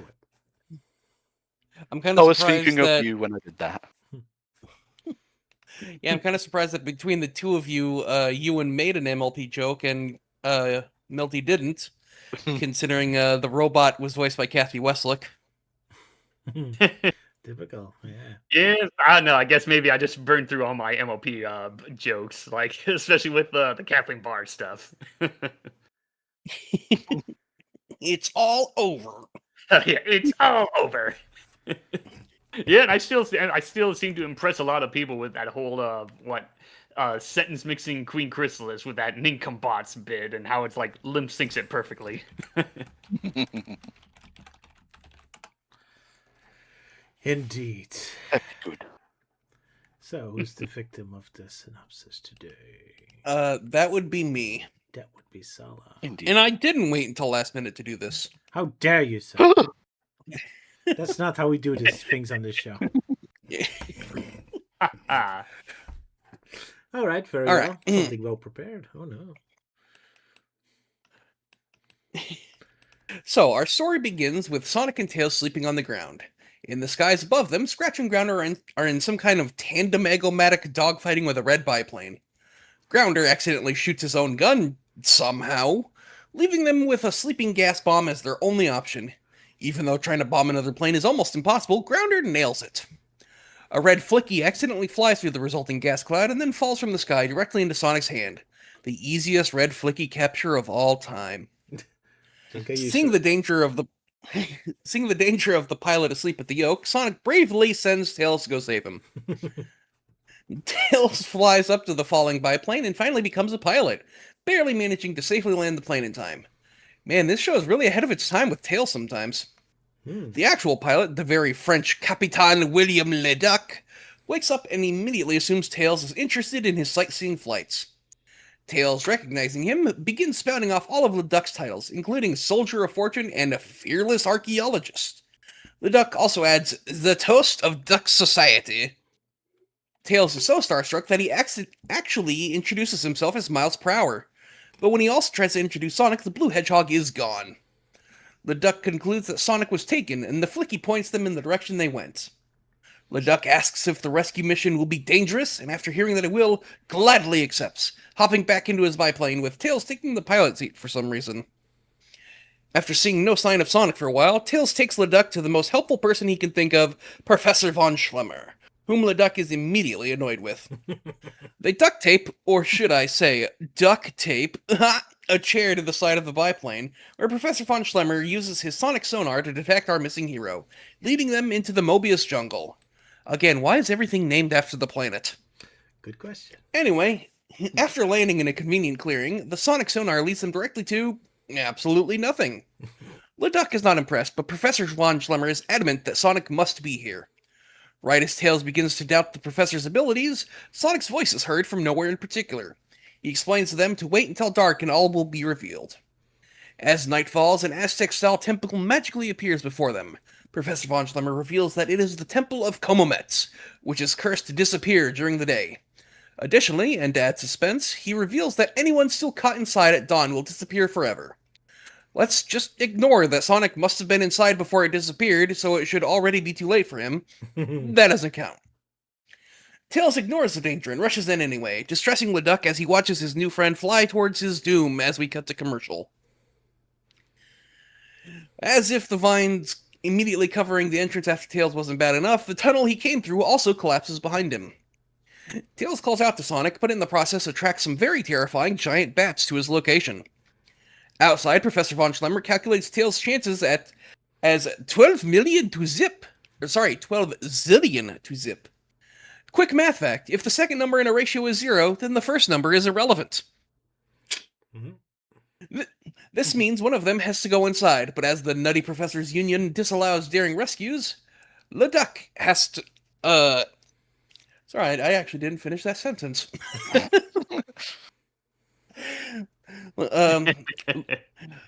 Leduc is clearly terrified of the idea of going inside and being cursed forever, but luckily, his thrill-seeking nature only makes this more enticing to him. After finding another entrance, Leduc goes in after Tails and Sonic, but has to keep his eyes covered as he's afraid of the dark. Meanwhile, Tails is trying to avoid the bats as he makes his way through the labyrinth. He accidentally goes through a rotating wall and ends up in a crypt. A coffin slowly opens up to reveal the most terrifying monster of all, Scratch. He and Grounder reveal that they've been waiting for Tails so that they could capture him and prevent him from rescuing Sonic. Grounder gets a call from Robotnik, who angrily yells at Grounder for calling him. Robotnik had a deal with Komomets, 4 million Mobiums to get rid of Sonic, but is trying to haggle the price down. After Komomets reminds him that he is the only person capable of making Sonic disappear forever, Robotnik accepts the deal of 3 million Mobiums. As Scratch and Grounder contemplate how they're going to kill the child, Leduc falls from the ceiling, landing on Grounder. Scratch grabs the Francais Canard, taking him prisoner as well. Except Tails grabs onto what looks like one of Grounder's drills and uses a cobweb as a slingshot to nail Scratch in the ass, who throws Leduc up into the air where Tails catches him. Robotnik naturally arrives just in time for his prisoners to escape. Tails and Leduc have to cross a bridge over a river of lava, but Scratch has a book from Komomets with various curses, and uses it to collapse the bridge under their feet. Unfortunately, Grounder somehow reverses the curse, causing the bridge to inexplicably repair itself. The animators break the 180-degree rule as Tails and Leduc look like they start running back where they came from. Scratch yells at Grounder for messing up the curse and tries to teach him how to say it correctly, causing the bridge to collapse again, meaning they can no longer chase after Tails and Leduc. Scratch then asks Grounder to fix it again by saying what he said before, but Grounder already forgot. At least Scratch can take comfort in knowing that Tails will never find Sonic in time, as Grounder reveals that they have no way of knowing that Sonic is on the top floor. As Tails and Leduc now head to the top floor, Scratch tells Grounder that what Robotnik will say to them when he finds out will not be suitable for children's television. Tails and Leduc finally make it to Sonic's cell. Thankfully, Leduc can read Mayan hieroglyphs, and quickly finds the key to the cell, releasing our blue hero. According to Robotnik, if the prisoners do not escape in the next 26 seconds, it will be too late, and they will be trapped forever. Komomets himself personally blocks our hero's path to prevent them from escaping, but Sonic grabs Tails and Leduc and runs them out of the temple before returning. Komomets is confused about this, as Sonic supposedly put his own life in danger to save his friends. He didn't, actually. Sonic putting himself in danger was done after he had already saved them, but whatever. Komometz reveals that Robotnik had pulled a Knuckles on the Bat King and convinced him that Sonic was evil, and Sonic correctly guesses that Robotnik had paid Komometz in counterfeit bills. The Bat King then curses Robotnik's fortress to disappear and reappear rapidly, causing Robotnik to yell out his catchphrase. Meanwhile, Sonic and Tails thank Leduc for his help before they part ways. Leduc promises to return for more adventure someday, but won't. Tails also reveals that Leduc was afraid of flying this whole time, even though we know he enjoys being afraid. Professor von Schlemmer has upgraded his plane to be able to fly without leaving the ground. Tails makes fun of Leduc's accent as he rides off into the sunset. He then goes off to Google himself, but gets frustrated with 90s computer technology. Sonic manages to calm him down before he starts punching the machine, then reminds the kids at home to ask a parent or teacher for help when learning to use a computer. The end. Yes. The end indeed, yes. Yeah. Yeah, I remember that. That Sonic Says is kind of a popular old-timey like YTP joke that people use. Like either the windows are crashing, or Sonic is helping Tails get on Fur Affinity, or some other kind of joke. It's too obvious, yeah. But this episode kind of confused me. That is never quite sure what to do with the duck. Like sometimes he's courageous, or sometimes he's cowardly, and then all of a sudden he's too scared of flying. It's like, where did that come from? That was never brought up before. Yeah. I mean, the first thing he does after crashing is immediately offer Tails his tours. Yeah. Yeah, the duck is basically Antoine if he was a duck. In terms of talking, yeah, I guess. But it's But, very like, confusing. Yeah, go ahead. He's like a thrill seeker, so like he enjoys like the danger, the terror, and so like and anytime he's like, oh god, will this be dangerous? Like yes, and he's like, then I'll do it. It's like cool. Oh, okay, that's so a he's thrill joke. seeker. I did not get that. All right. Yeah. I Well, know. like- I've honestly never been much of a fan of the McDuck characters. I kind of see him more as the Diet Antoine in a way. Yeah, but see, like the joke falls apart when there are times when he's just actually scared and doesn't want to do something. So, like when Professor von Schlemmer upgrades his plane to just fly without leaving the ground, it's just like, well, that defeats the purpose of being scared. Yeah, it's a really confusing episode in that regard. Yeah. I think one of the things I did like about this episode is one of the few times we see Tails flying a plane. It is very Yeah. Sonic 2-esque, yeah. Yeah. I think it's the only time he flies a plane. So Yeah. we get Sonic 2 and we get a little Sonic 3D Blast even. That's very ahead of its time. Yeah, Even a little Sonic Adventure with all the Aztec stuff. So this episode predicted quite a few future elements, I guess. Also, I don't get the ending. Like the robotic fortress disappears, but it then comes back and then disappears again. It's like, Yeah, he's like, oh no, my house is flickering. No. yeah, turn into an NES flicker sprite, I guess. Yeah. Yeah. Oh shit, the light bulb's going bad. Oh no, no. a mild inconvenience. It would have made sense if his house just disappears. Yeah. I mean, Sonic was about to suffer a worse fate than what Robotnik suffers. Well, Robotnik actually betrays the guy. Well, I guess it's just more sort of like a inconvenience to the Doctor. I guess so. Yeah. Because it's like, he's got to wait until it comes back into existence before he can actually go in. And yeah, indeed, like Sal already made fun of, like, if you're gonna be stuck there forever after it's dawn, then Sonic should already be doomed. He's already been there 24 hours. That was also very confusing to me. Yeah. But I gotta say, the first half of this episode is legitimately kind of haunting. It's almost more like a Sonic CTM episode. Like hearing Sonic ghostly voice come out of nowhere and Tails just being lost and searching for him. That was pretty intense. It's not until Scratch and Grounder show up, it's only after the halfway point that it turns into a normal Adventures of Sonic the Hedgehog episode again. Like the first half is pretty intense. They're like, whoa, okay. Yeah, them bats are kind of like actually kind of frightening. Yeah, they are. It's too bad they never really have to deal with them. They just kind of disappear very quickly. But... Yeah, I love the bit where Tails just bursts in through the wall. That's a very epic shot, yeah. But yes, as Ali points out in comments, and as it's shown on screen, Komometz is indeed likely based off of Camazotz. the Mayan bat god. Oh yeah. They did the research that the writer. Nice. Yeah. I did like the inside of the temple with the Aztec themes and whatnot, and honestly, it kind of looks like something out of Crash Bandicoot in a way. Kinda, yeah. Yeah, or Yeah. Sonic Adventure. And Sonic Adventure, yes. Oh yeah. More predictions. I don't know if it, and also it kind of gives you a bit of a DuckTales vibe because you got Ladakh and also they're exploring like ancient ruins. Yeah. Yeah. Yeah. Yeah, kind of surprised you didn't throw in a DuckTales reference with that guy's name being like part of the McDuck family or whatever. Yeah. It's Ladakh. Oh, It's Leduc. Yeah. Yeah, it's a lead duck. Mind you, he might be like Launchpad's cousin or something. Who knows? His French cousin. Yeah.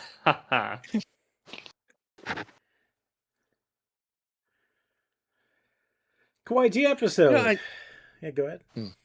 I've just now put together that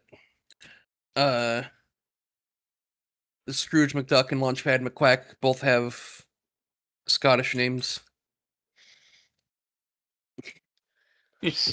Yeah, I guess that's the thing. Yeah, I've been reading a bit of the life and times of Scrooge McDuck, but I don't think I've seen like the McDucks and the McQuacks ever interacting with each other. Sadly, no. Then again, you rarely see Canard have duck characters that aren't specific main characters in the series. Yeah, kind of cheating. Bit of a shame. Yeah. Shame. Also, Shots that has to. You go first, Melty. I was just pointing out the screenshots that Luke pointed out with Professor Von Schlimmer, and I'm like, man, poor Professor Von Schlimmer. Someone went and socked him in the nose. Yes. It's probably Taylor's because like he has that evil-looking grin there. It's like, yeah, I'll be do it again. He's supposed to be upset, but he's grinning. Yeah, it's like fuck you, Professor. They can be only one.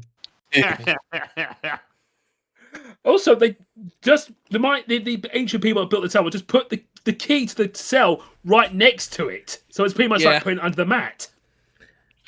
Yeah, and what's even funnier about that is the Sonic only knew to look there because the guards did, so the guards constantly forget where the key is. Guess they don't have a lot of prisoners usually. Yep.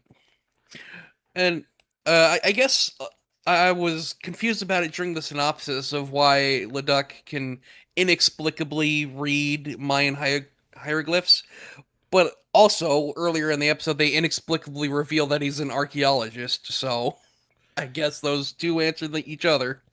That explains that. But yeah, as Godforth basically pointed out, also, why does the Mayan bat god care about money? Yeah, what's he gonna do with it? Yeah, Exactly. I need a paperweight. Yeah. Unless like Robotnik was basically like advertising as something super incredible to the god to make him like enticed to say, "Okay, I'll bite." Well, Tills did destroy his temple spectacularly. Maybe he needs some repair money. Yeah. Ancient ruins don't grow on trees, you know.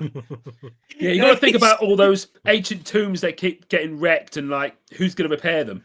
That's a good question. Yeah. Apparently, this guy. I'm just thinking of Robotnik being like, I will offer you 4 million Mobium scraps. Sonic is like, what use do I have for money? Haven't you heard? The McRib is coming back. Oh my! Then his face expression immediately fits. Yeah.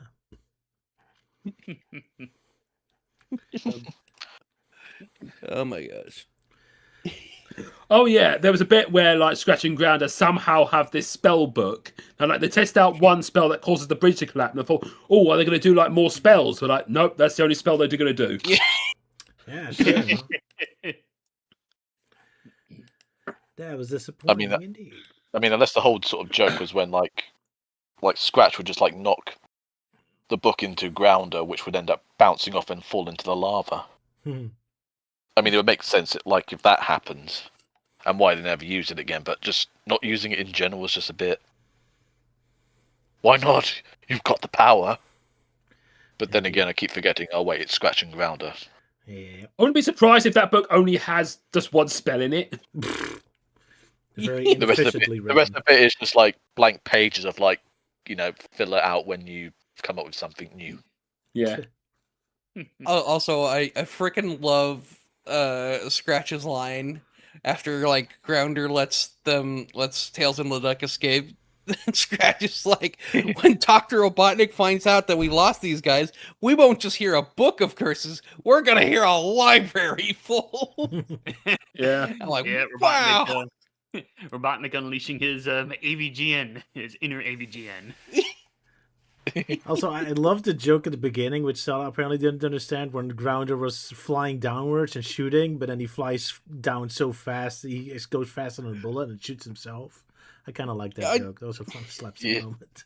No, I get that's how it worked.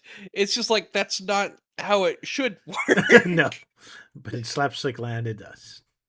Did like the bit at the beginning where like Sonic has like the unconscious Flicky, and like when he tries to protect himself, just put it on his head, like, "Hey Tails, check out my new hat." It was very odd, yeah. Hence that moment in the intro. Poor Flicky, turn into mincemeat.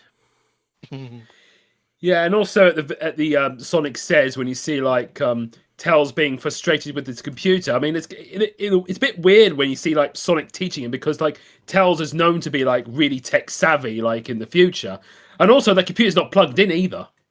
That's a good point. Yeah, it's just laying there in the grass. Yeah, It's powered by Mother Nature. It was predicting the future of portable laptops, I guess. Yeah. But still, with a 90s monitor, he can smack someone's head in. Yeah, yeah, very 90s with how bulky it is. Good stuff. But yeah, and like you would have said, that's totally me punching the computer. Work, damn it. Yeah. Which is a bit too true to real life. Yep. Except the explosion bit at the end. And I don't have a Sonic who walks in to help out. Well, you've got like a few small Sonic action figures in your room, so they're at least somewhat there to not help, but support you from the sidelines. Stare at me disapprovingly. I can imagine Tails being bothered by the latest Windows 11 update. Yeah, like, no, I don't want more freaking AI in my computer. Or just have that general from South Park yelling, "Fucking Windows 98! Get Bill Gates in there!" Gotta love that movie. All right. I guess it's time for the comics. Yeah. Yeah, Can back do. to Fleetway. It is. Before our brains turn into mush again. too Alrighty. Fleetway with Spaced, Channel Hopper, and Bananas. Guess we're doing Spaced first, the big one. Yep. Yeah, can do. Yeah. Ewan, are you ready to do it by your own, or do you require Luke's help? No, I was able to write it down, though I might end up stuttering over myself. But we'll see how it goes. Alrighty. Okay. Then tell Spaced us all Out. Spaced Out. Spaced out. Spaced Out. I know they're spaced out. Anyway, over in Emerald Hill Zone, Amy Rose and Techno the Canary bump into Johnny Lightfoot, who was away for weeks meeting up with his relatives, as, being rabbits, he had a lot of them. Amy starts to wonder what became of Shortfuse the Cyberneck, as it's been a while since they last saw him. Techno suggests they go to a workshop to use one of her inventions to find him. Johnny is very impressed by the machine, but Techno corrects him that is her new widescreen TV, and shows the actual invention being a holopad, that by tuning into the same frequency as Shortfuse's armor circuitry, they might be able to see him. Sure enough, she tunes in to seeing Shortfuse looking okay, but having something weird on his chest. Just then, the holopad starts to malfunction and overload, causing both Techno and Amy to transport to another dimension, with Johnny being too late to cut the power and left behind. They always get all the fun. The girls arrive at their location, finding out they are no longer on Mobius, as they are now on a large battleship in another solar system. They then get attacked by bug-like soldiers who are part of the Insectra Empire. Amy and Techno manage to give them the slip, overhearing one of them call to send in the destroyer to take care of them. Just then, a door opens to reveal Short Fuse, with the girls being at first relieved, but are immediately in trouble as the Cybernic starts to attack them, as he's now a bad guy. Amy, after seeing enough sci-fi movies, guesses the thing on his chest is causing him to be evil. She gets her crossbow gun out, but gets immediately destroyed, with her spare one being all the way back on Mobius. Short Fuse takes the two as prisoners of war and being introduced to the leader of the Insectra Empire, the Grand Emperor Dark Visor, whom congratulates Short Fuse for capturing them. Techno whispers to Amy to keep him talking while she attempts to take the thing off from Short Fuse. So Amy asks Dark Visor about this war going on, where the Grand Emperor explains that their race has been in a 10,000-year war with the people of their rival planet known as the Blurg. However, they don't remember what the war was all about, but if a lifetime of war was good enough for their ancestors, then you can't really argue with tradition, resulting in Amy calling him a nutter. Which again results in the guards getting ready to shoot her for insulting the Emperor. During that moment, Techno attempts to take the green thing off Short Fuse's chest. With Dark Visor noticing this, orders the guards to protect the Cybernic, but with Techno jumping out of the way, the laser blasts shoot off the thing from the chest, being a controller Crawley. Short Fuse can finally think for himself again and proceeds to knock out the guards. But before the three can take on Dark Visor, the ship comes under attack from an enemy Blurg ship, as the Insectra ship takes heavy damage as it starts to fall towards the nearby planet.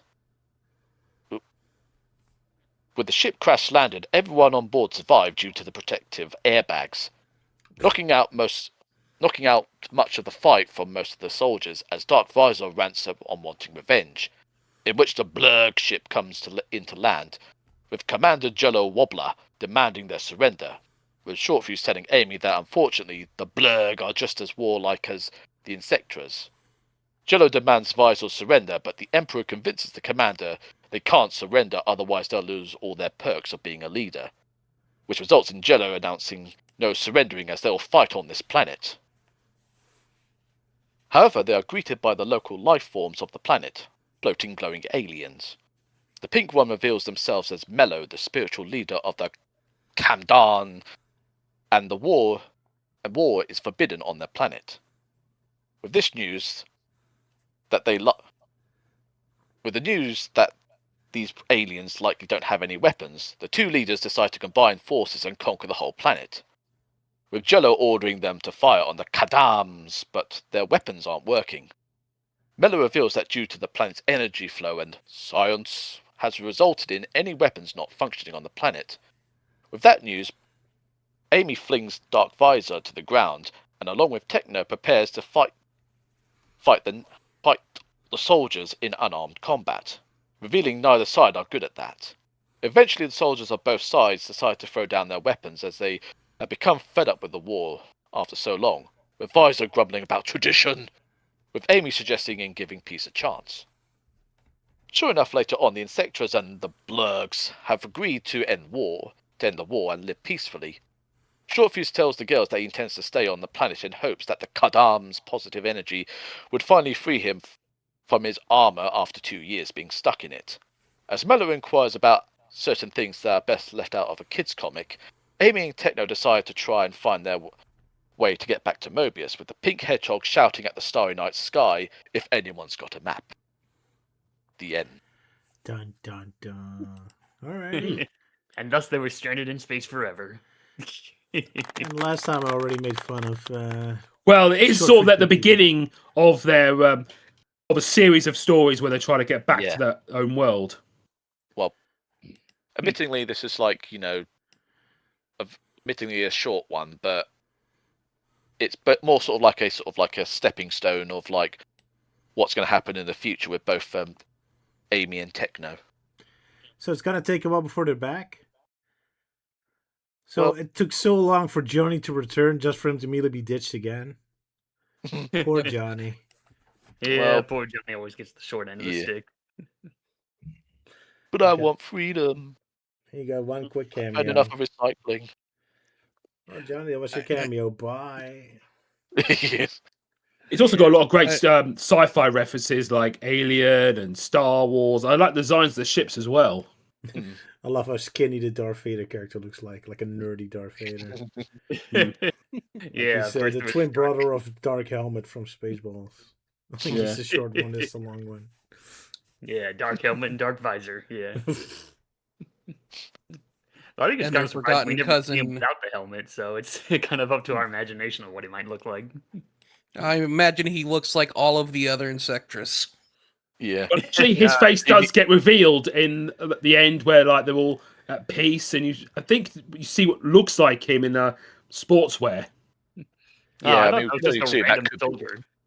I mean, Same. we could maybe think like it could be him, but I think it's just because of like with Amy saying giving peace a chance, and then the next panel, we basically just got like these two random guys that just suddenly maybe it almost clicks in your head that maybe it could be, Visor and Jello, just chilling out, just relaxing, partying. Joe looks and like stuff. Patrick Starr in that picture. Yeah. Oh yeah. Yeah. No, this is Patrick. Yeah. I gotta say, I did love Ewan's delivery on the planet's flowing science. Science. So much magic in science fiction stories. But we never found out what happened with the Smurf bad guys from the last time we saw Short Fuse. The Smurf soldiers. Oh yeah. My assumption is He they got killed wiped them out. all.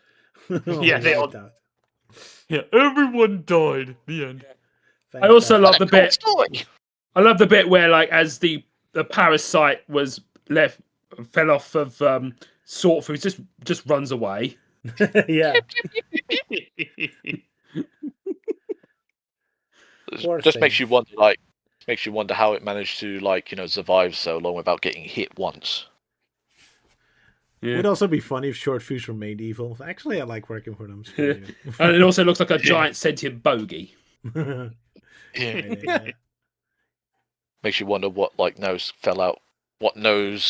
it fell out from, Yeah. considering the size of it. Yeah. Yeah. Good question. Sure, Fuse, you gotta get this bogey off your chest. No, I like it. Yeah, this booger off my chest. Yeah. Yeah. I mean, it does. Yeah, it kind of looks like a booger. Yeah. Kind of odd to see Short Fish being shot and falling backwards, but in the next panel is immediately leaning forward. Bad continuity. Well, I mean, Yeah. isn't he like indestructible, like for the most part? Or... Yeah, he's indestructible. Yeah. I think it's just like Yeah. can't make him as He much just if he wants either fall jerked back back or- and then he fell to the ground. I guess so. Yeah. Yeah, it was just a flesh wound. I did like that the commander of the Blurg is named Jello Wobbler. I think it's like pronounced like wobbler. Wobbler. Yeah. It's funny. Such a British word. Wobbler. Yeah, because Rob groans because it feels like another pun. Of course. It's always a pun with you people. I'm also very surprised, like how at the end it short reveals like how he goes in that thing. Yeah. Exactly. Yeah, there's a filter Answering. system. Yeah. Yeah, I remembered reading this Star Wars book about Darth Vader, and it does explain like how he goes in his suit. That's a detail we really didn't want to know. Yeah. But we have it now. Exactly. How lovely. The amount of times when basically people just want to know, like, how do they go to the toilet? How do they end up eating and drinking? Recycle. Yep. Which is why It's like the- Short Fuse really wants to get out of that suit. Yeah. It's like I've had enough of drinking my fluids so often it's starting to taste like Dutch lager.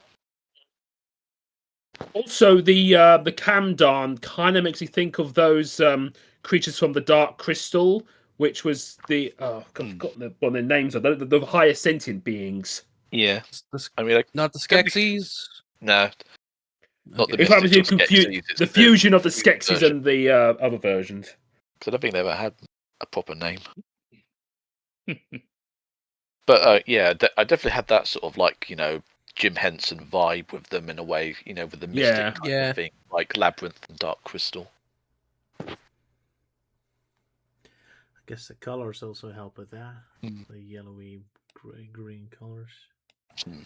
It's a good But yeah, feeling. Nigel Dobbin, of course, doing all the colouring work again. Yeah, pretty good. Because I do like that sort of shot when we see short fuse again at the end of like, part 1 and like close up of like, him being all evil and being a bad guy and he likes it a lot. Dun, dun, dun. Like so dramatic. Yeah, very dramatic. Like- Also, what's going on with Amy on the third panel of part 3? She's just in silhouette except for her clothes. That's an odd decision, Yeah. yeah. Yeah. Oh, hold on. And maybe it was a colouring mistake and Yeah. that was the only thing that could be salvaged was the shirt. I think Oh, it's meant yeah. to put it like in the back, but it's like I don't know. I think it's the same Yeah. She color. looks like she got shot in the face by Elmer Fudd. Maybe this crashed spaceship was like leaking oil and she got covered in it, except her shirt.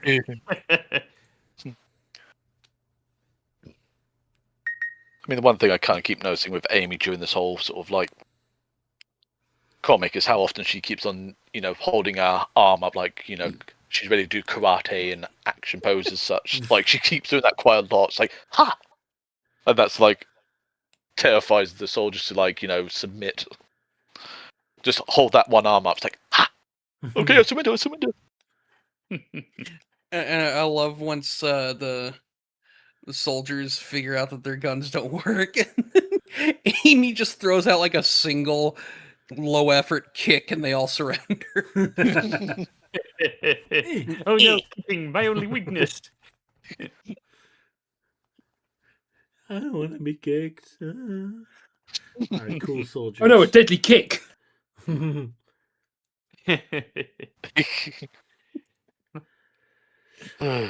How sad. But at least a happy ending, I guess. Yeah. Whilst Amy just shouts at the universe, like, do you have a map? I don't know, maybe we should do that one time. Just when we're just outside, like, look up at the night sky and we just yell out, do you have a map? No. Damn it. I'm scared of getting an answer. Yeah.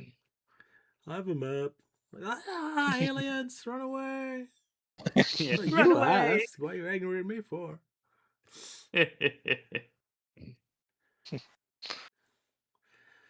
Yeah, epic final shot. And a nice. Yeah, fun comic overall. But yeah, it's gonna take a long time before they get back, considering they're earthbound. That gets them to the wrong planet. Stupid idiots. Mobius bound. Well, you're going to have to find out next time. Dun, dun, dun. But anyway, we've still got 2 more stories to do, and they're fortunately single stories. Indeed, before Sylvia starts yelling at us for being slow. So let's move on to Channel Hopper, and which complete moron is supposed to do a synopsis of this one? I think that was you. Yes, it's me. How joyous. All You right, so offered. this one I have to do live, so this is going to be fun.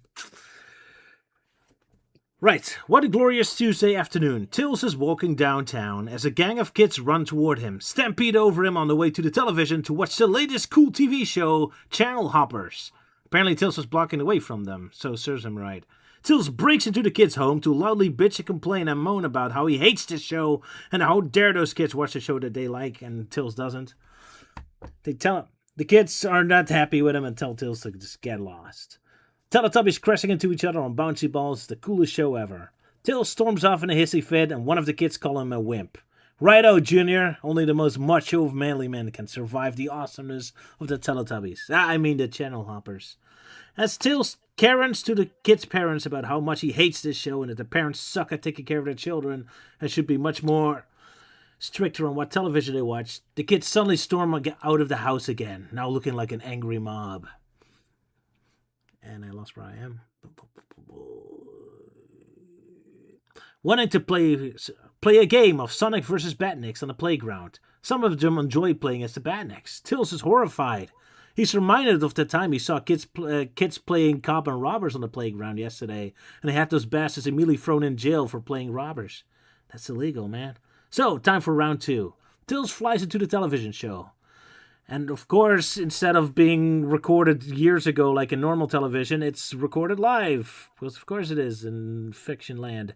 The Teletubbies, sensing that Tails is nearby, immediately start yelling out loudly against each other what the plot is. How convenient. They're telling us all about their evil plan to use subliminal messaging in their broadcasts. If I pronounce that right. I hate that word, subliminal. You did pronounce it correctly. Yay, good. Tails, happy that once again a TV show he happens to already hate is conveniently run by criminals, immediately flies off to his friend Tim Turner to switch the subliminal messages to his advantage, because only he gets to do any brainwashing.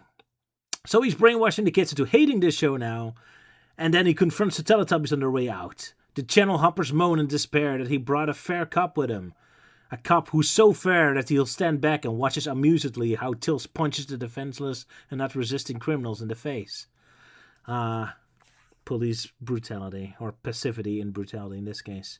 The Teletubbies are thrown in jail, and Tails looks on with pride, eagerly awaiting the effects of his evil messaging in the television show will be carried out in the future by the brainwashed children. The end. So there you go. I freaking love just the design of Tim Tuna. Yeah. Just a character. Fish with a human body, yeah. Yeah, that's and he looks so happy. he's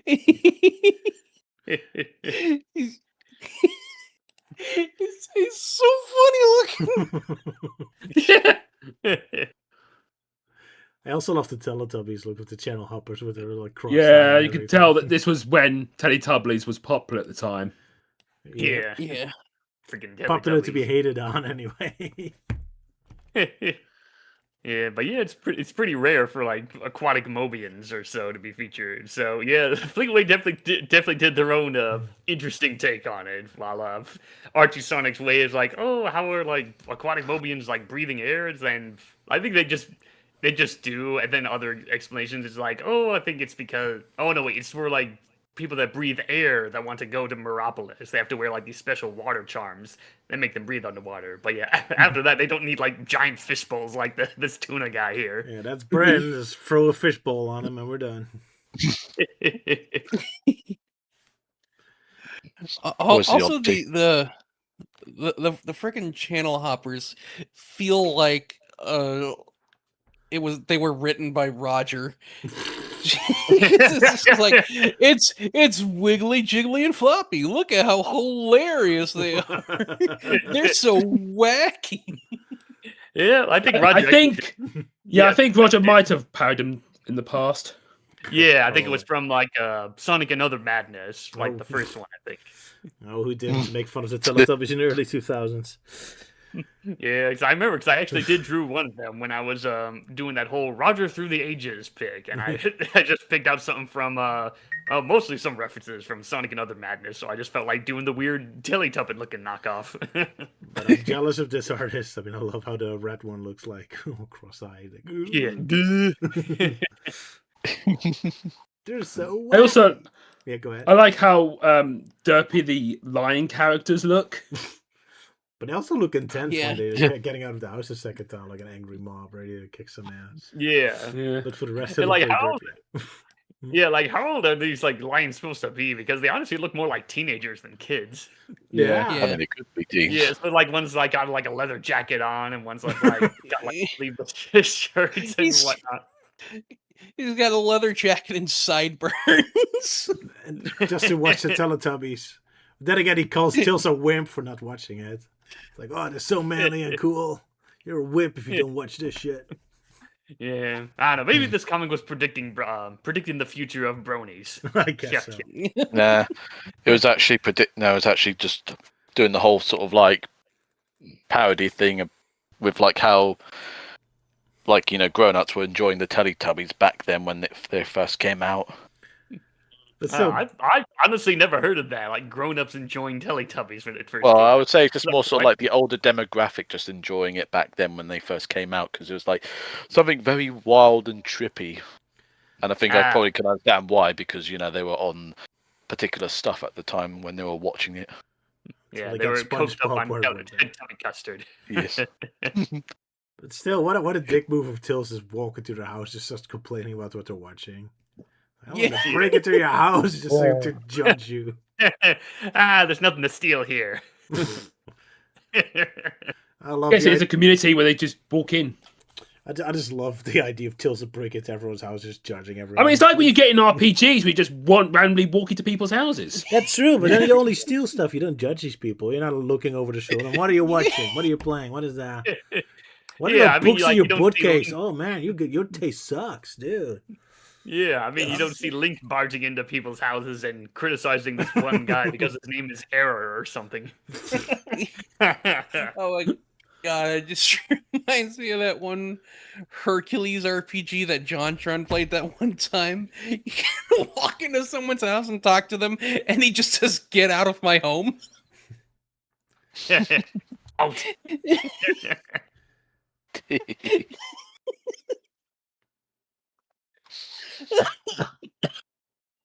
I think we broke Sal there.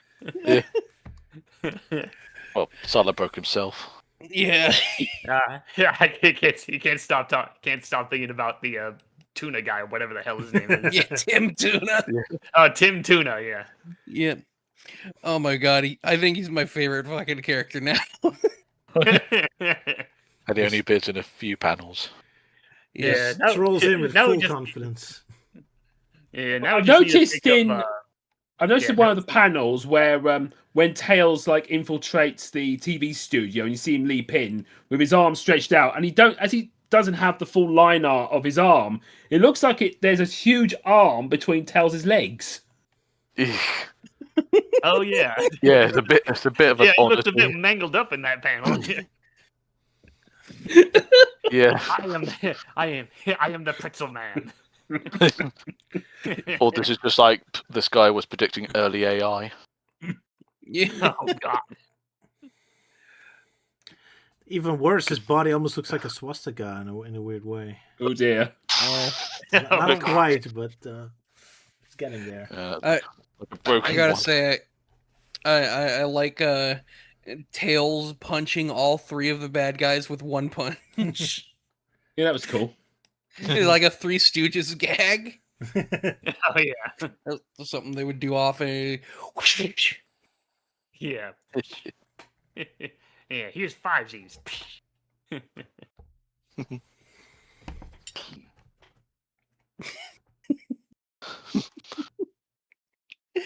I'm sorry, Tim Tuna. Yeah. Now we just need fan art of Tim Tuna hanging out with Big Mouth Fred. Yeah. So basically, just got to find us some beloved sort of like one-off characters that they could all basically just chill out with. Yeah, we got like Red Pine, we got Tim Tuna, we got Big Mouth Fred, and yeah, who would be like the Adventures of Sonic equivalent? Mm, I think we had one at one point, but Does have a don't lot of remember. weird-looking characters. yeah. Perhaps the one with the satin hat, satin ring hat. Oh Maybe. yeah, that weird alien-looking dude. Or the Maybe Mike Wazowski looking guy. Sure. Oh yeah. Oh yeah. Plenty.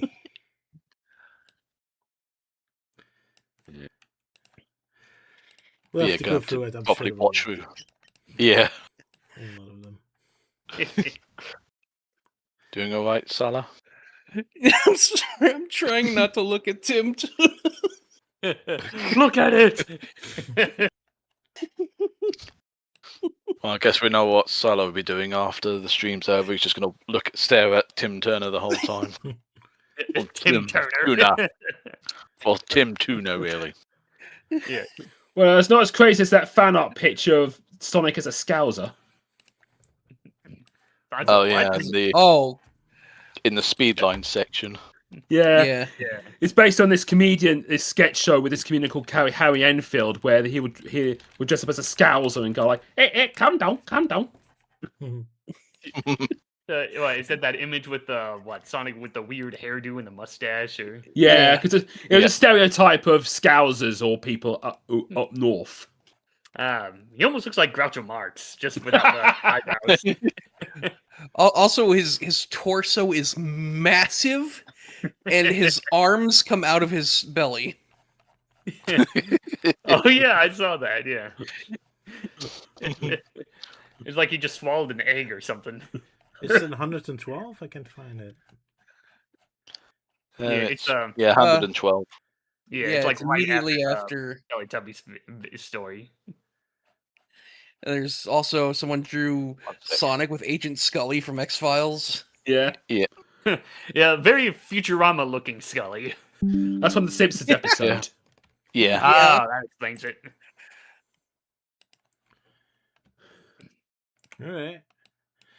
Classic fan art. And someone wrote a limerick. Limerick. A limerick. Yeah. Dear SDC, could you please print my limerick? There was a fat bloke called Robotnik who tried and tried to catch Sonic, but each time he'd fail, he'd fume and he'd wail, "Bring me a large gin and tonic." Oh my, alcohol. Might be Well, racing there's a against nice one. Sonic's good health. Probably. So he can drink all his sorrows away. Poor Robotnik. Shall we move on to the next one? Yep. Bananas, raining bananas, the very reason why we have our thumbnail, saving it up all the way to the last moment. Best for last. Yeah.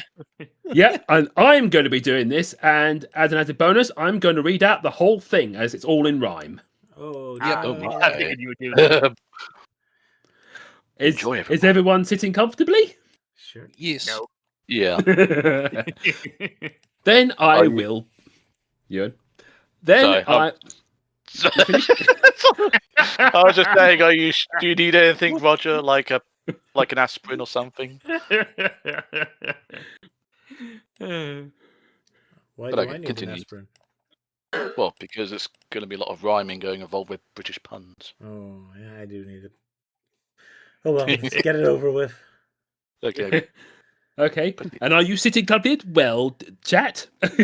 I guess you all are. Okay, then let me begin. Raining bananas. Here's a story with a difference, for just this one time. It's a tale so bizarre, we're telling it in rhyme. It started so peacefully for the Emerald Hill folks. With no danger apparent, there was time to share jokes. Then events took a turn to change the mood of the morning. A banana from nowhere fell down without warning. Are you throwing bananas? I'll have you arrested. Don't you blame me, his neighbour protested. As soon as it started, the argument stopped, as out from the sky even more bananas dropped. A shower at first, and then a downpour. A storm of bananas from the sky to the floor. The citizens were worried, their faces agog. Someone do something! Get Sonic the Hedgehog! The world is doomed, the end is nigh! The signs are all there, bananas that fly! I'll sort this out, so settle down, dude. I can guess who's behind this torrent of food. It's an experiment gone wrong, if you follow my notion. They're from Flicky's Island across the vast ocean. It's all Grimer's fault, as Sonic suspected. Ooh, I hope I can get this machine fault corrected. A machine to make missiles was the plan in his head, but a faulty connection launched bananas instead. Nothing could stop them. It confirms our worst fears. If it keeps on like this, we'll be up to our ears. Stay back, everyone. There's no time to fret. I'll whip up a storm to end this. No sweat. The bananas are sucked into the mighty of twisters by the fast feet of Sonic, who's too cool for blisters. Toward Flicky's Island its destination sought, with 1,000 bananas all ripe for export. Frustrated and angry by the machine's erratic manner, Grimer fixed it for good with a weighty sledgehammer. By the action he thought he'd see bananas no more, but as he looked to the sky he saw bananas galore. Returned by the twister created by Sonic's spin, Grimer's plan black fires. Groan, I'll never win. In the Emerald Hill Zone, life's back en route, as it was in the days before flying fruit. You saved us again. Let us treat you. Please sit. Thanks, but after today, I can't face banana split. Whew. Yeah. Well done, Sir Luke. Yeah. That was fun. Cheers. Yeah, a very lighthearted story. Yeah. Yeah. It's just very. I just love how quickly everything happens. Just like, oh, there's bananas. Oh, okay. Yeah, it's probably Grimer. I'm just giving him his bananas back. I also just love Grimer's like machine because it's obviously based on the TARDIS console. Yeah. Oh yeah, I definitely like it.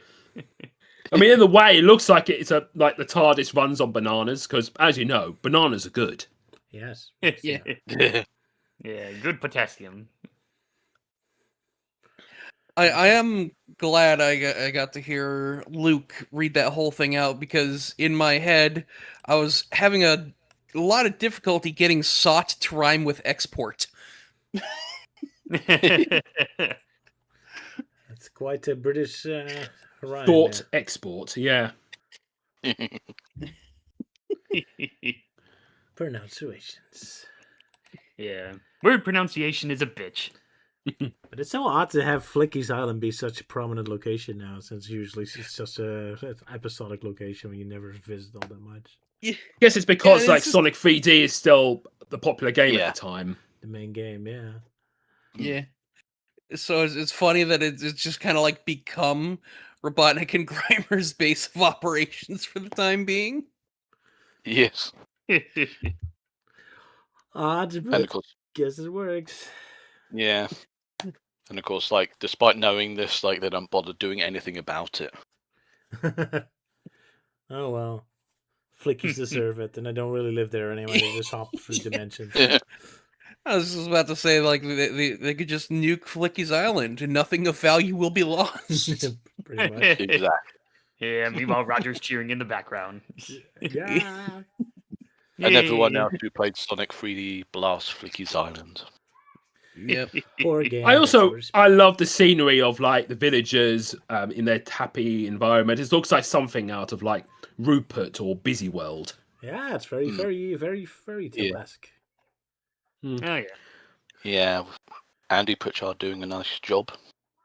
Yes. And also you got the panel with the monkey collecting all the bananas. He's like he's in heaven. Yeah. He's having a good time, yeah. And then Sonic Runes Yeah. is fun. Yep, it doesn't save it up on money by just grabbing bananas falling from the sky. The shot of the village at the beginning, for some reason, it reminds me of Richard Scarry. That's what I said about Busy World or Busy Oh, Town yeah. or Oh, whatever. Yeah. Oh, is that what? I did not know that. I've only known it as the world of Richard Scarry. Yeah, same. I think because when it was brought as a cartoon, it was sometimes known as like Busy Town or Busy World or something. Yeah. Okay. Well, I'm glad we agree then.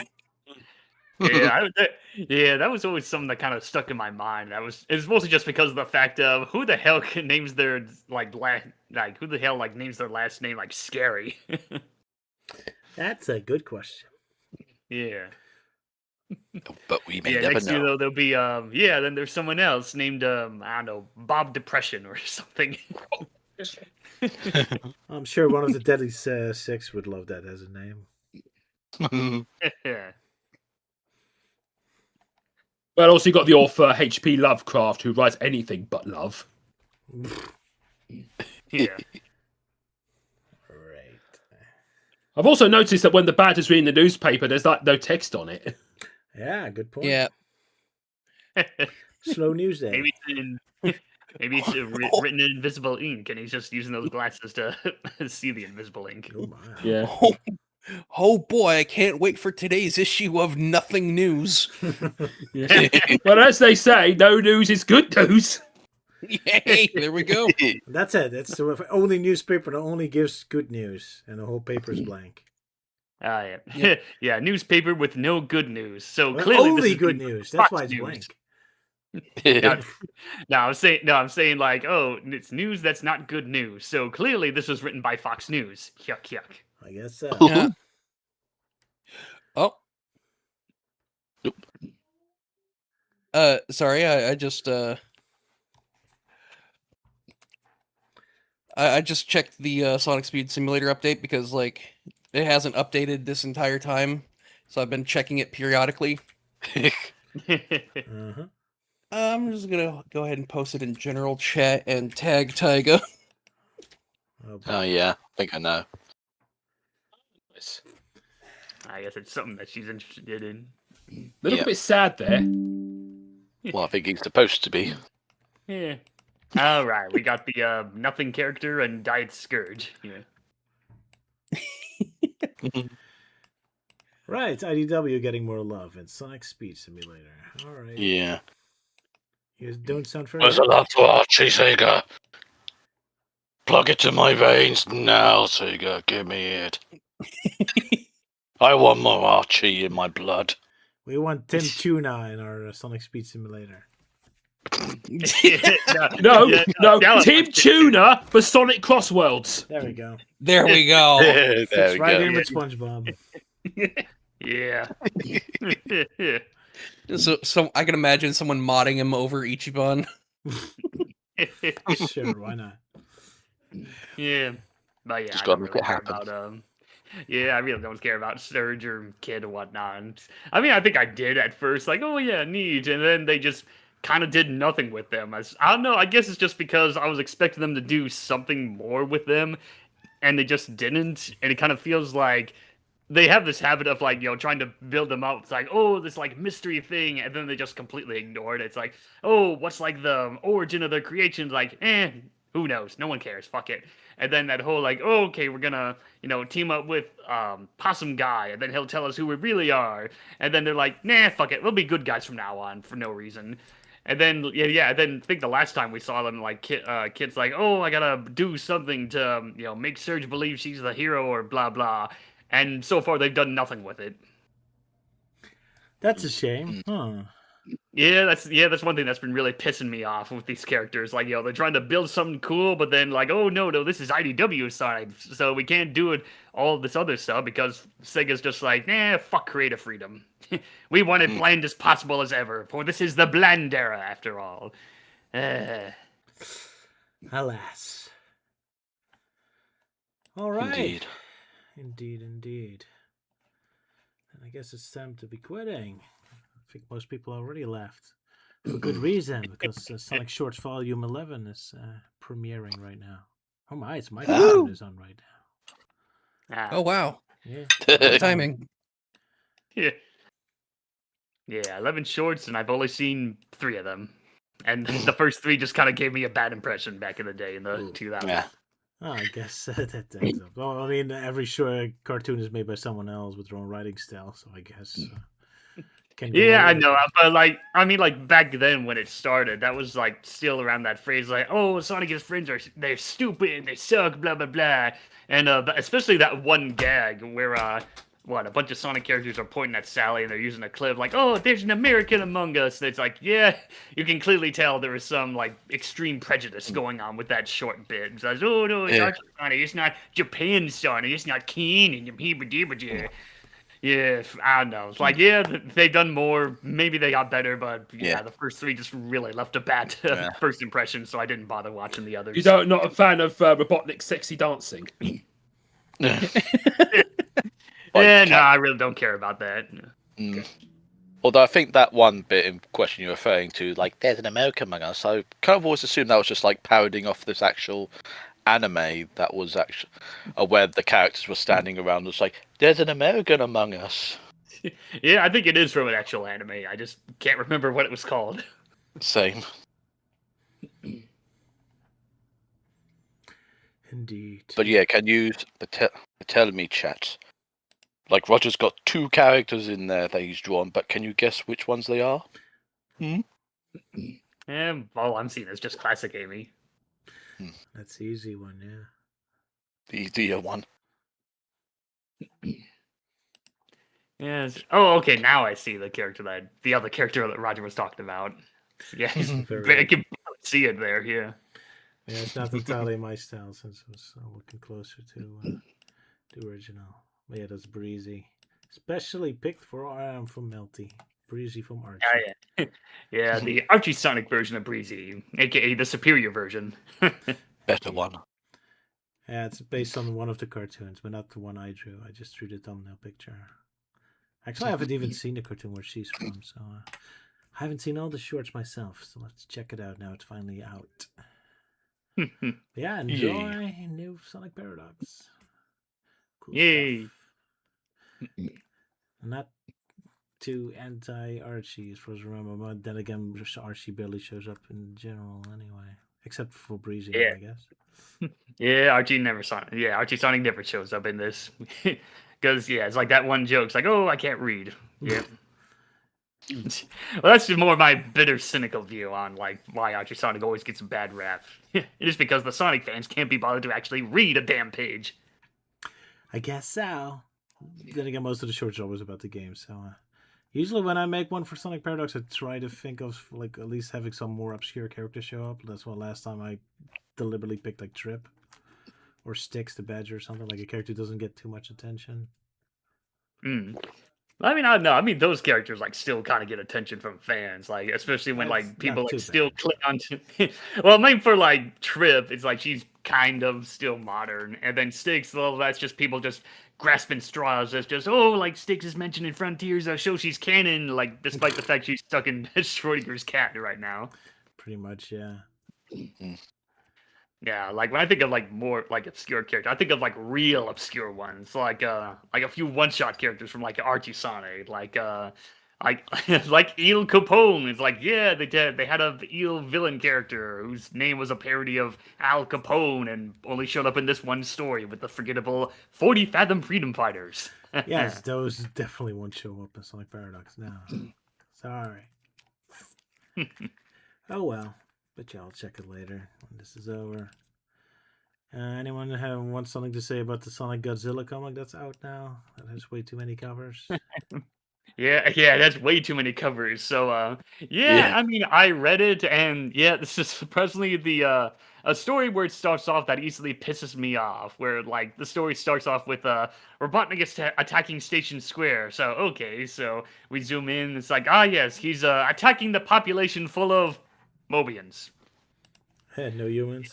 There's not a damn human in sight. So yeah, I guess the Mobians really did overthrow the human race. So Robotnik's it's back to my fan theory about Robotnik is an endangered species now because fucking Sega. World building. Yeah, world building. What's that? Apparently nothing. Okay, good to know, I guess. I think Yeah, that was. so being in the yeah, it's pipe. official, folks. In Sonic, yeah, it's official from Sega, folks. In Sonic's world, Sonic and all of his friends are all racist against the human race. We probably deserve Yeah, they were thrown Planet the Apes style. it. Yeah. Exactly. Oh well, at least that makes more room for Tim the Tuna. Yeah. Only Tim Tuna can stop Godzilla. Our hero. And after the stream, Salah's gonna continue worshiping his Lord and Savior, Tim Tuna. Tim Tuna. He's the best character. Literally saves the day. He does, By just yeah. being there. That he does. I can kind of imagine him sounding like a Burke from the Trapdoor in some way. Yeah. Sure. But a bit more water, like. Yeah, gurgling Burke. Yeah.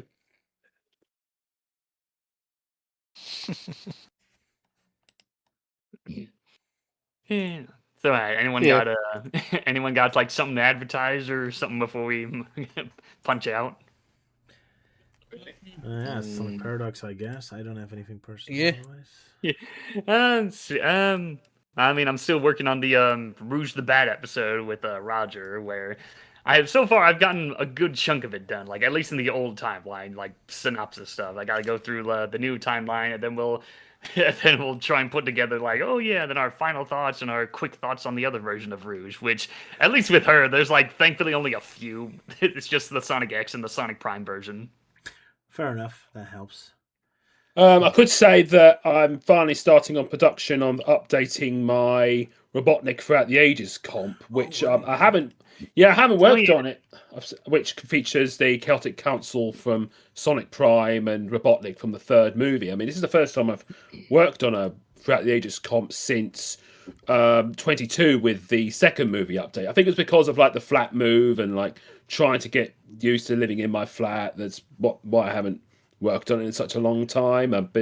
I've got myself like a new tablet and a new started using a new art program called Critter, and like I've been looking at tutorials to figure out how to use it, and I was like, because for the last decade or so I've been using Photoshop Elements, but I thought I want to try to upgrade myself with the new art programs, and it's a bit fiddly, but I'm seeing if I can like use it in a way. Alrighty. Yeah, good luck with that. I'll quickly throw up a preview of it so far. Your epic project been going on for years. Yeah, I mean, next year it'll be 20 years since I uploaded my very first Throughout the Ages comp, which was Link Throughout the Ages, and I'm thinking about updating it, but I haven't updated it since 2018. There's like loads of versions of Link, Zelda, and Ganondorf that came out since then. And next year, we're going to get like movie versions of them. And also you got the upcoming remake of Ocarina of Time as well, which obviously will have new designs for them. Oh, yeah. It's a never-ending story. Yeah, they're making Ocarina of Time again here. And people will Yeah, be but this more time, Go ahead.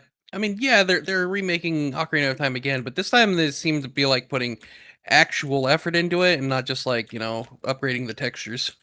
Yeah, I am hoping they might add in things that were originally cut out of the original game due to the limitations at the time. Because I remember in Ocarina of Time when you go around Castle Town, it was like in a fixed camera with pre-rendered backgrounds. So it would have been cool if you can fully go around the town, or they could add in things. I don't know what was going to be in the original game, but I think there was going to be like extra temples or something, or maybe they could make the areas a bit more bigger.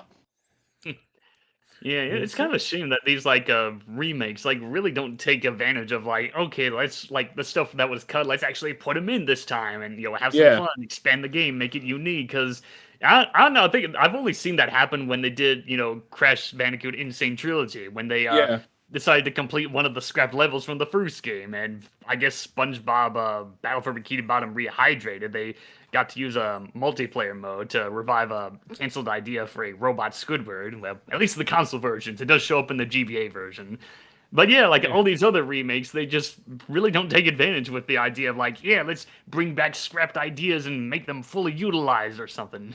Yeah, I mean, like in the new Star Fox game, I thought we were going to get like new planets or something. I remember that with Sonic Adventure Director's Cut, because the title already implies like Director's Cut, something that the director cut. So I was expecting that early beta version of Tales, but now they just added a bunch of new stuff. Like, shouldn't the Director's Cut have old stuff that was cut? It's implied in the title, damn it. Yeah, like wasn't Sonic Adventure? I don't know if it was my memory playing tricks on me, but I remember in screenshots, the egg carrier kind of resembled more like a dragon or something. Yeah, true. Oh yeah. I think I know what you were referring to, like the abandoned of Dragon boss, because they couldn't figure out how to get it working properly. See, that's the stuff you want to see in a Director's Cut version, indeed. Yeah. Alas. Oh well, but yeah, maybe Zelda Ocarina of Time does something clever. We'll see. Right. And speaking of Zelda, I'm back to streaming regularly, and sometime next month I will be streaming Breath of the Wild, my first ever playthrough of the game. Oh, very nice. That'll take you quite some time. It's a large game. Oh, Tears of the Kingdom's even larger. I imagine, yeah. Stupid underground locations. Yeah. Boring. Alrighty. Well, see you folks next time then. Oh boy. Yep. Goodbye. Cheerio. Toodle And pip. remember to worship Tim Tuna. Yeah. Tim Tuna. The only person you want to be shooting. Oh God. Wow, he didn't like our stream. I guess Link got his sword stuck in the door. Right, it's a sword. Right. Yeah. Right now. Glue.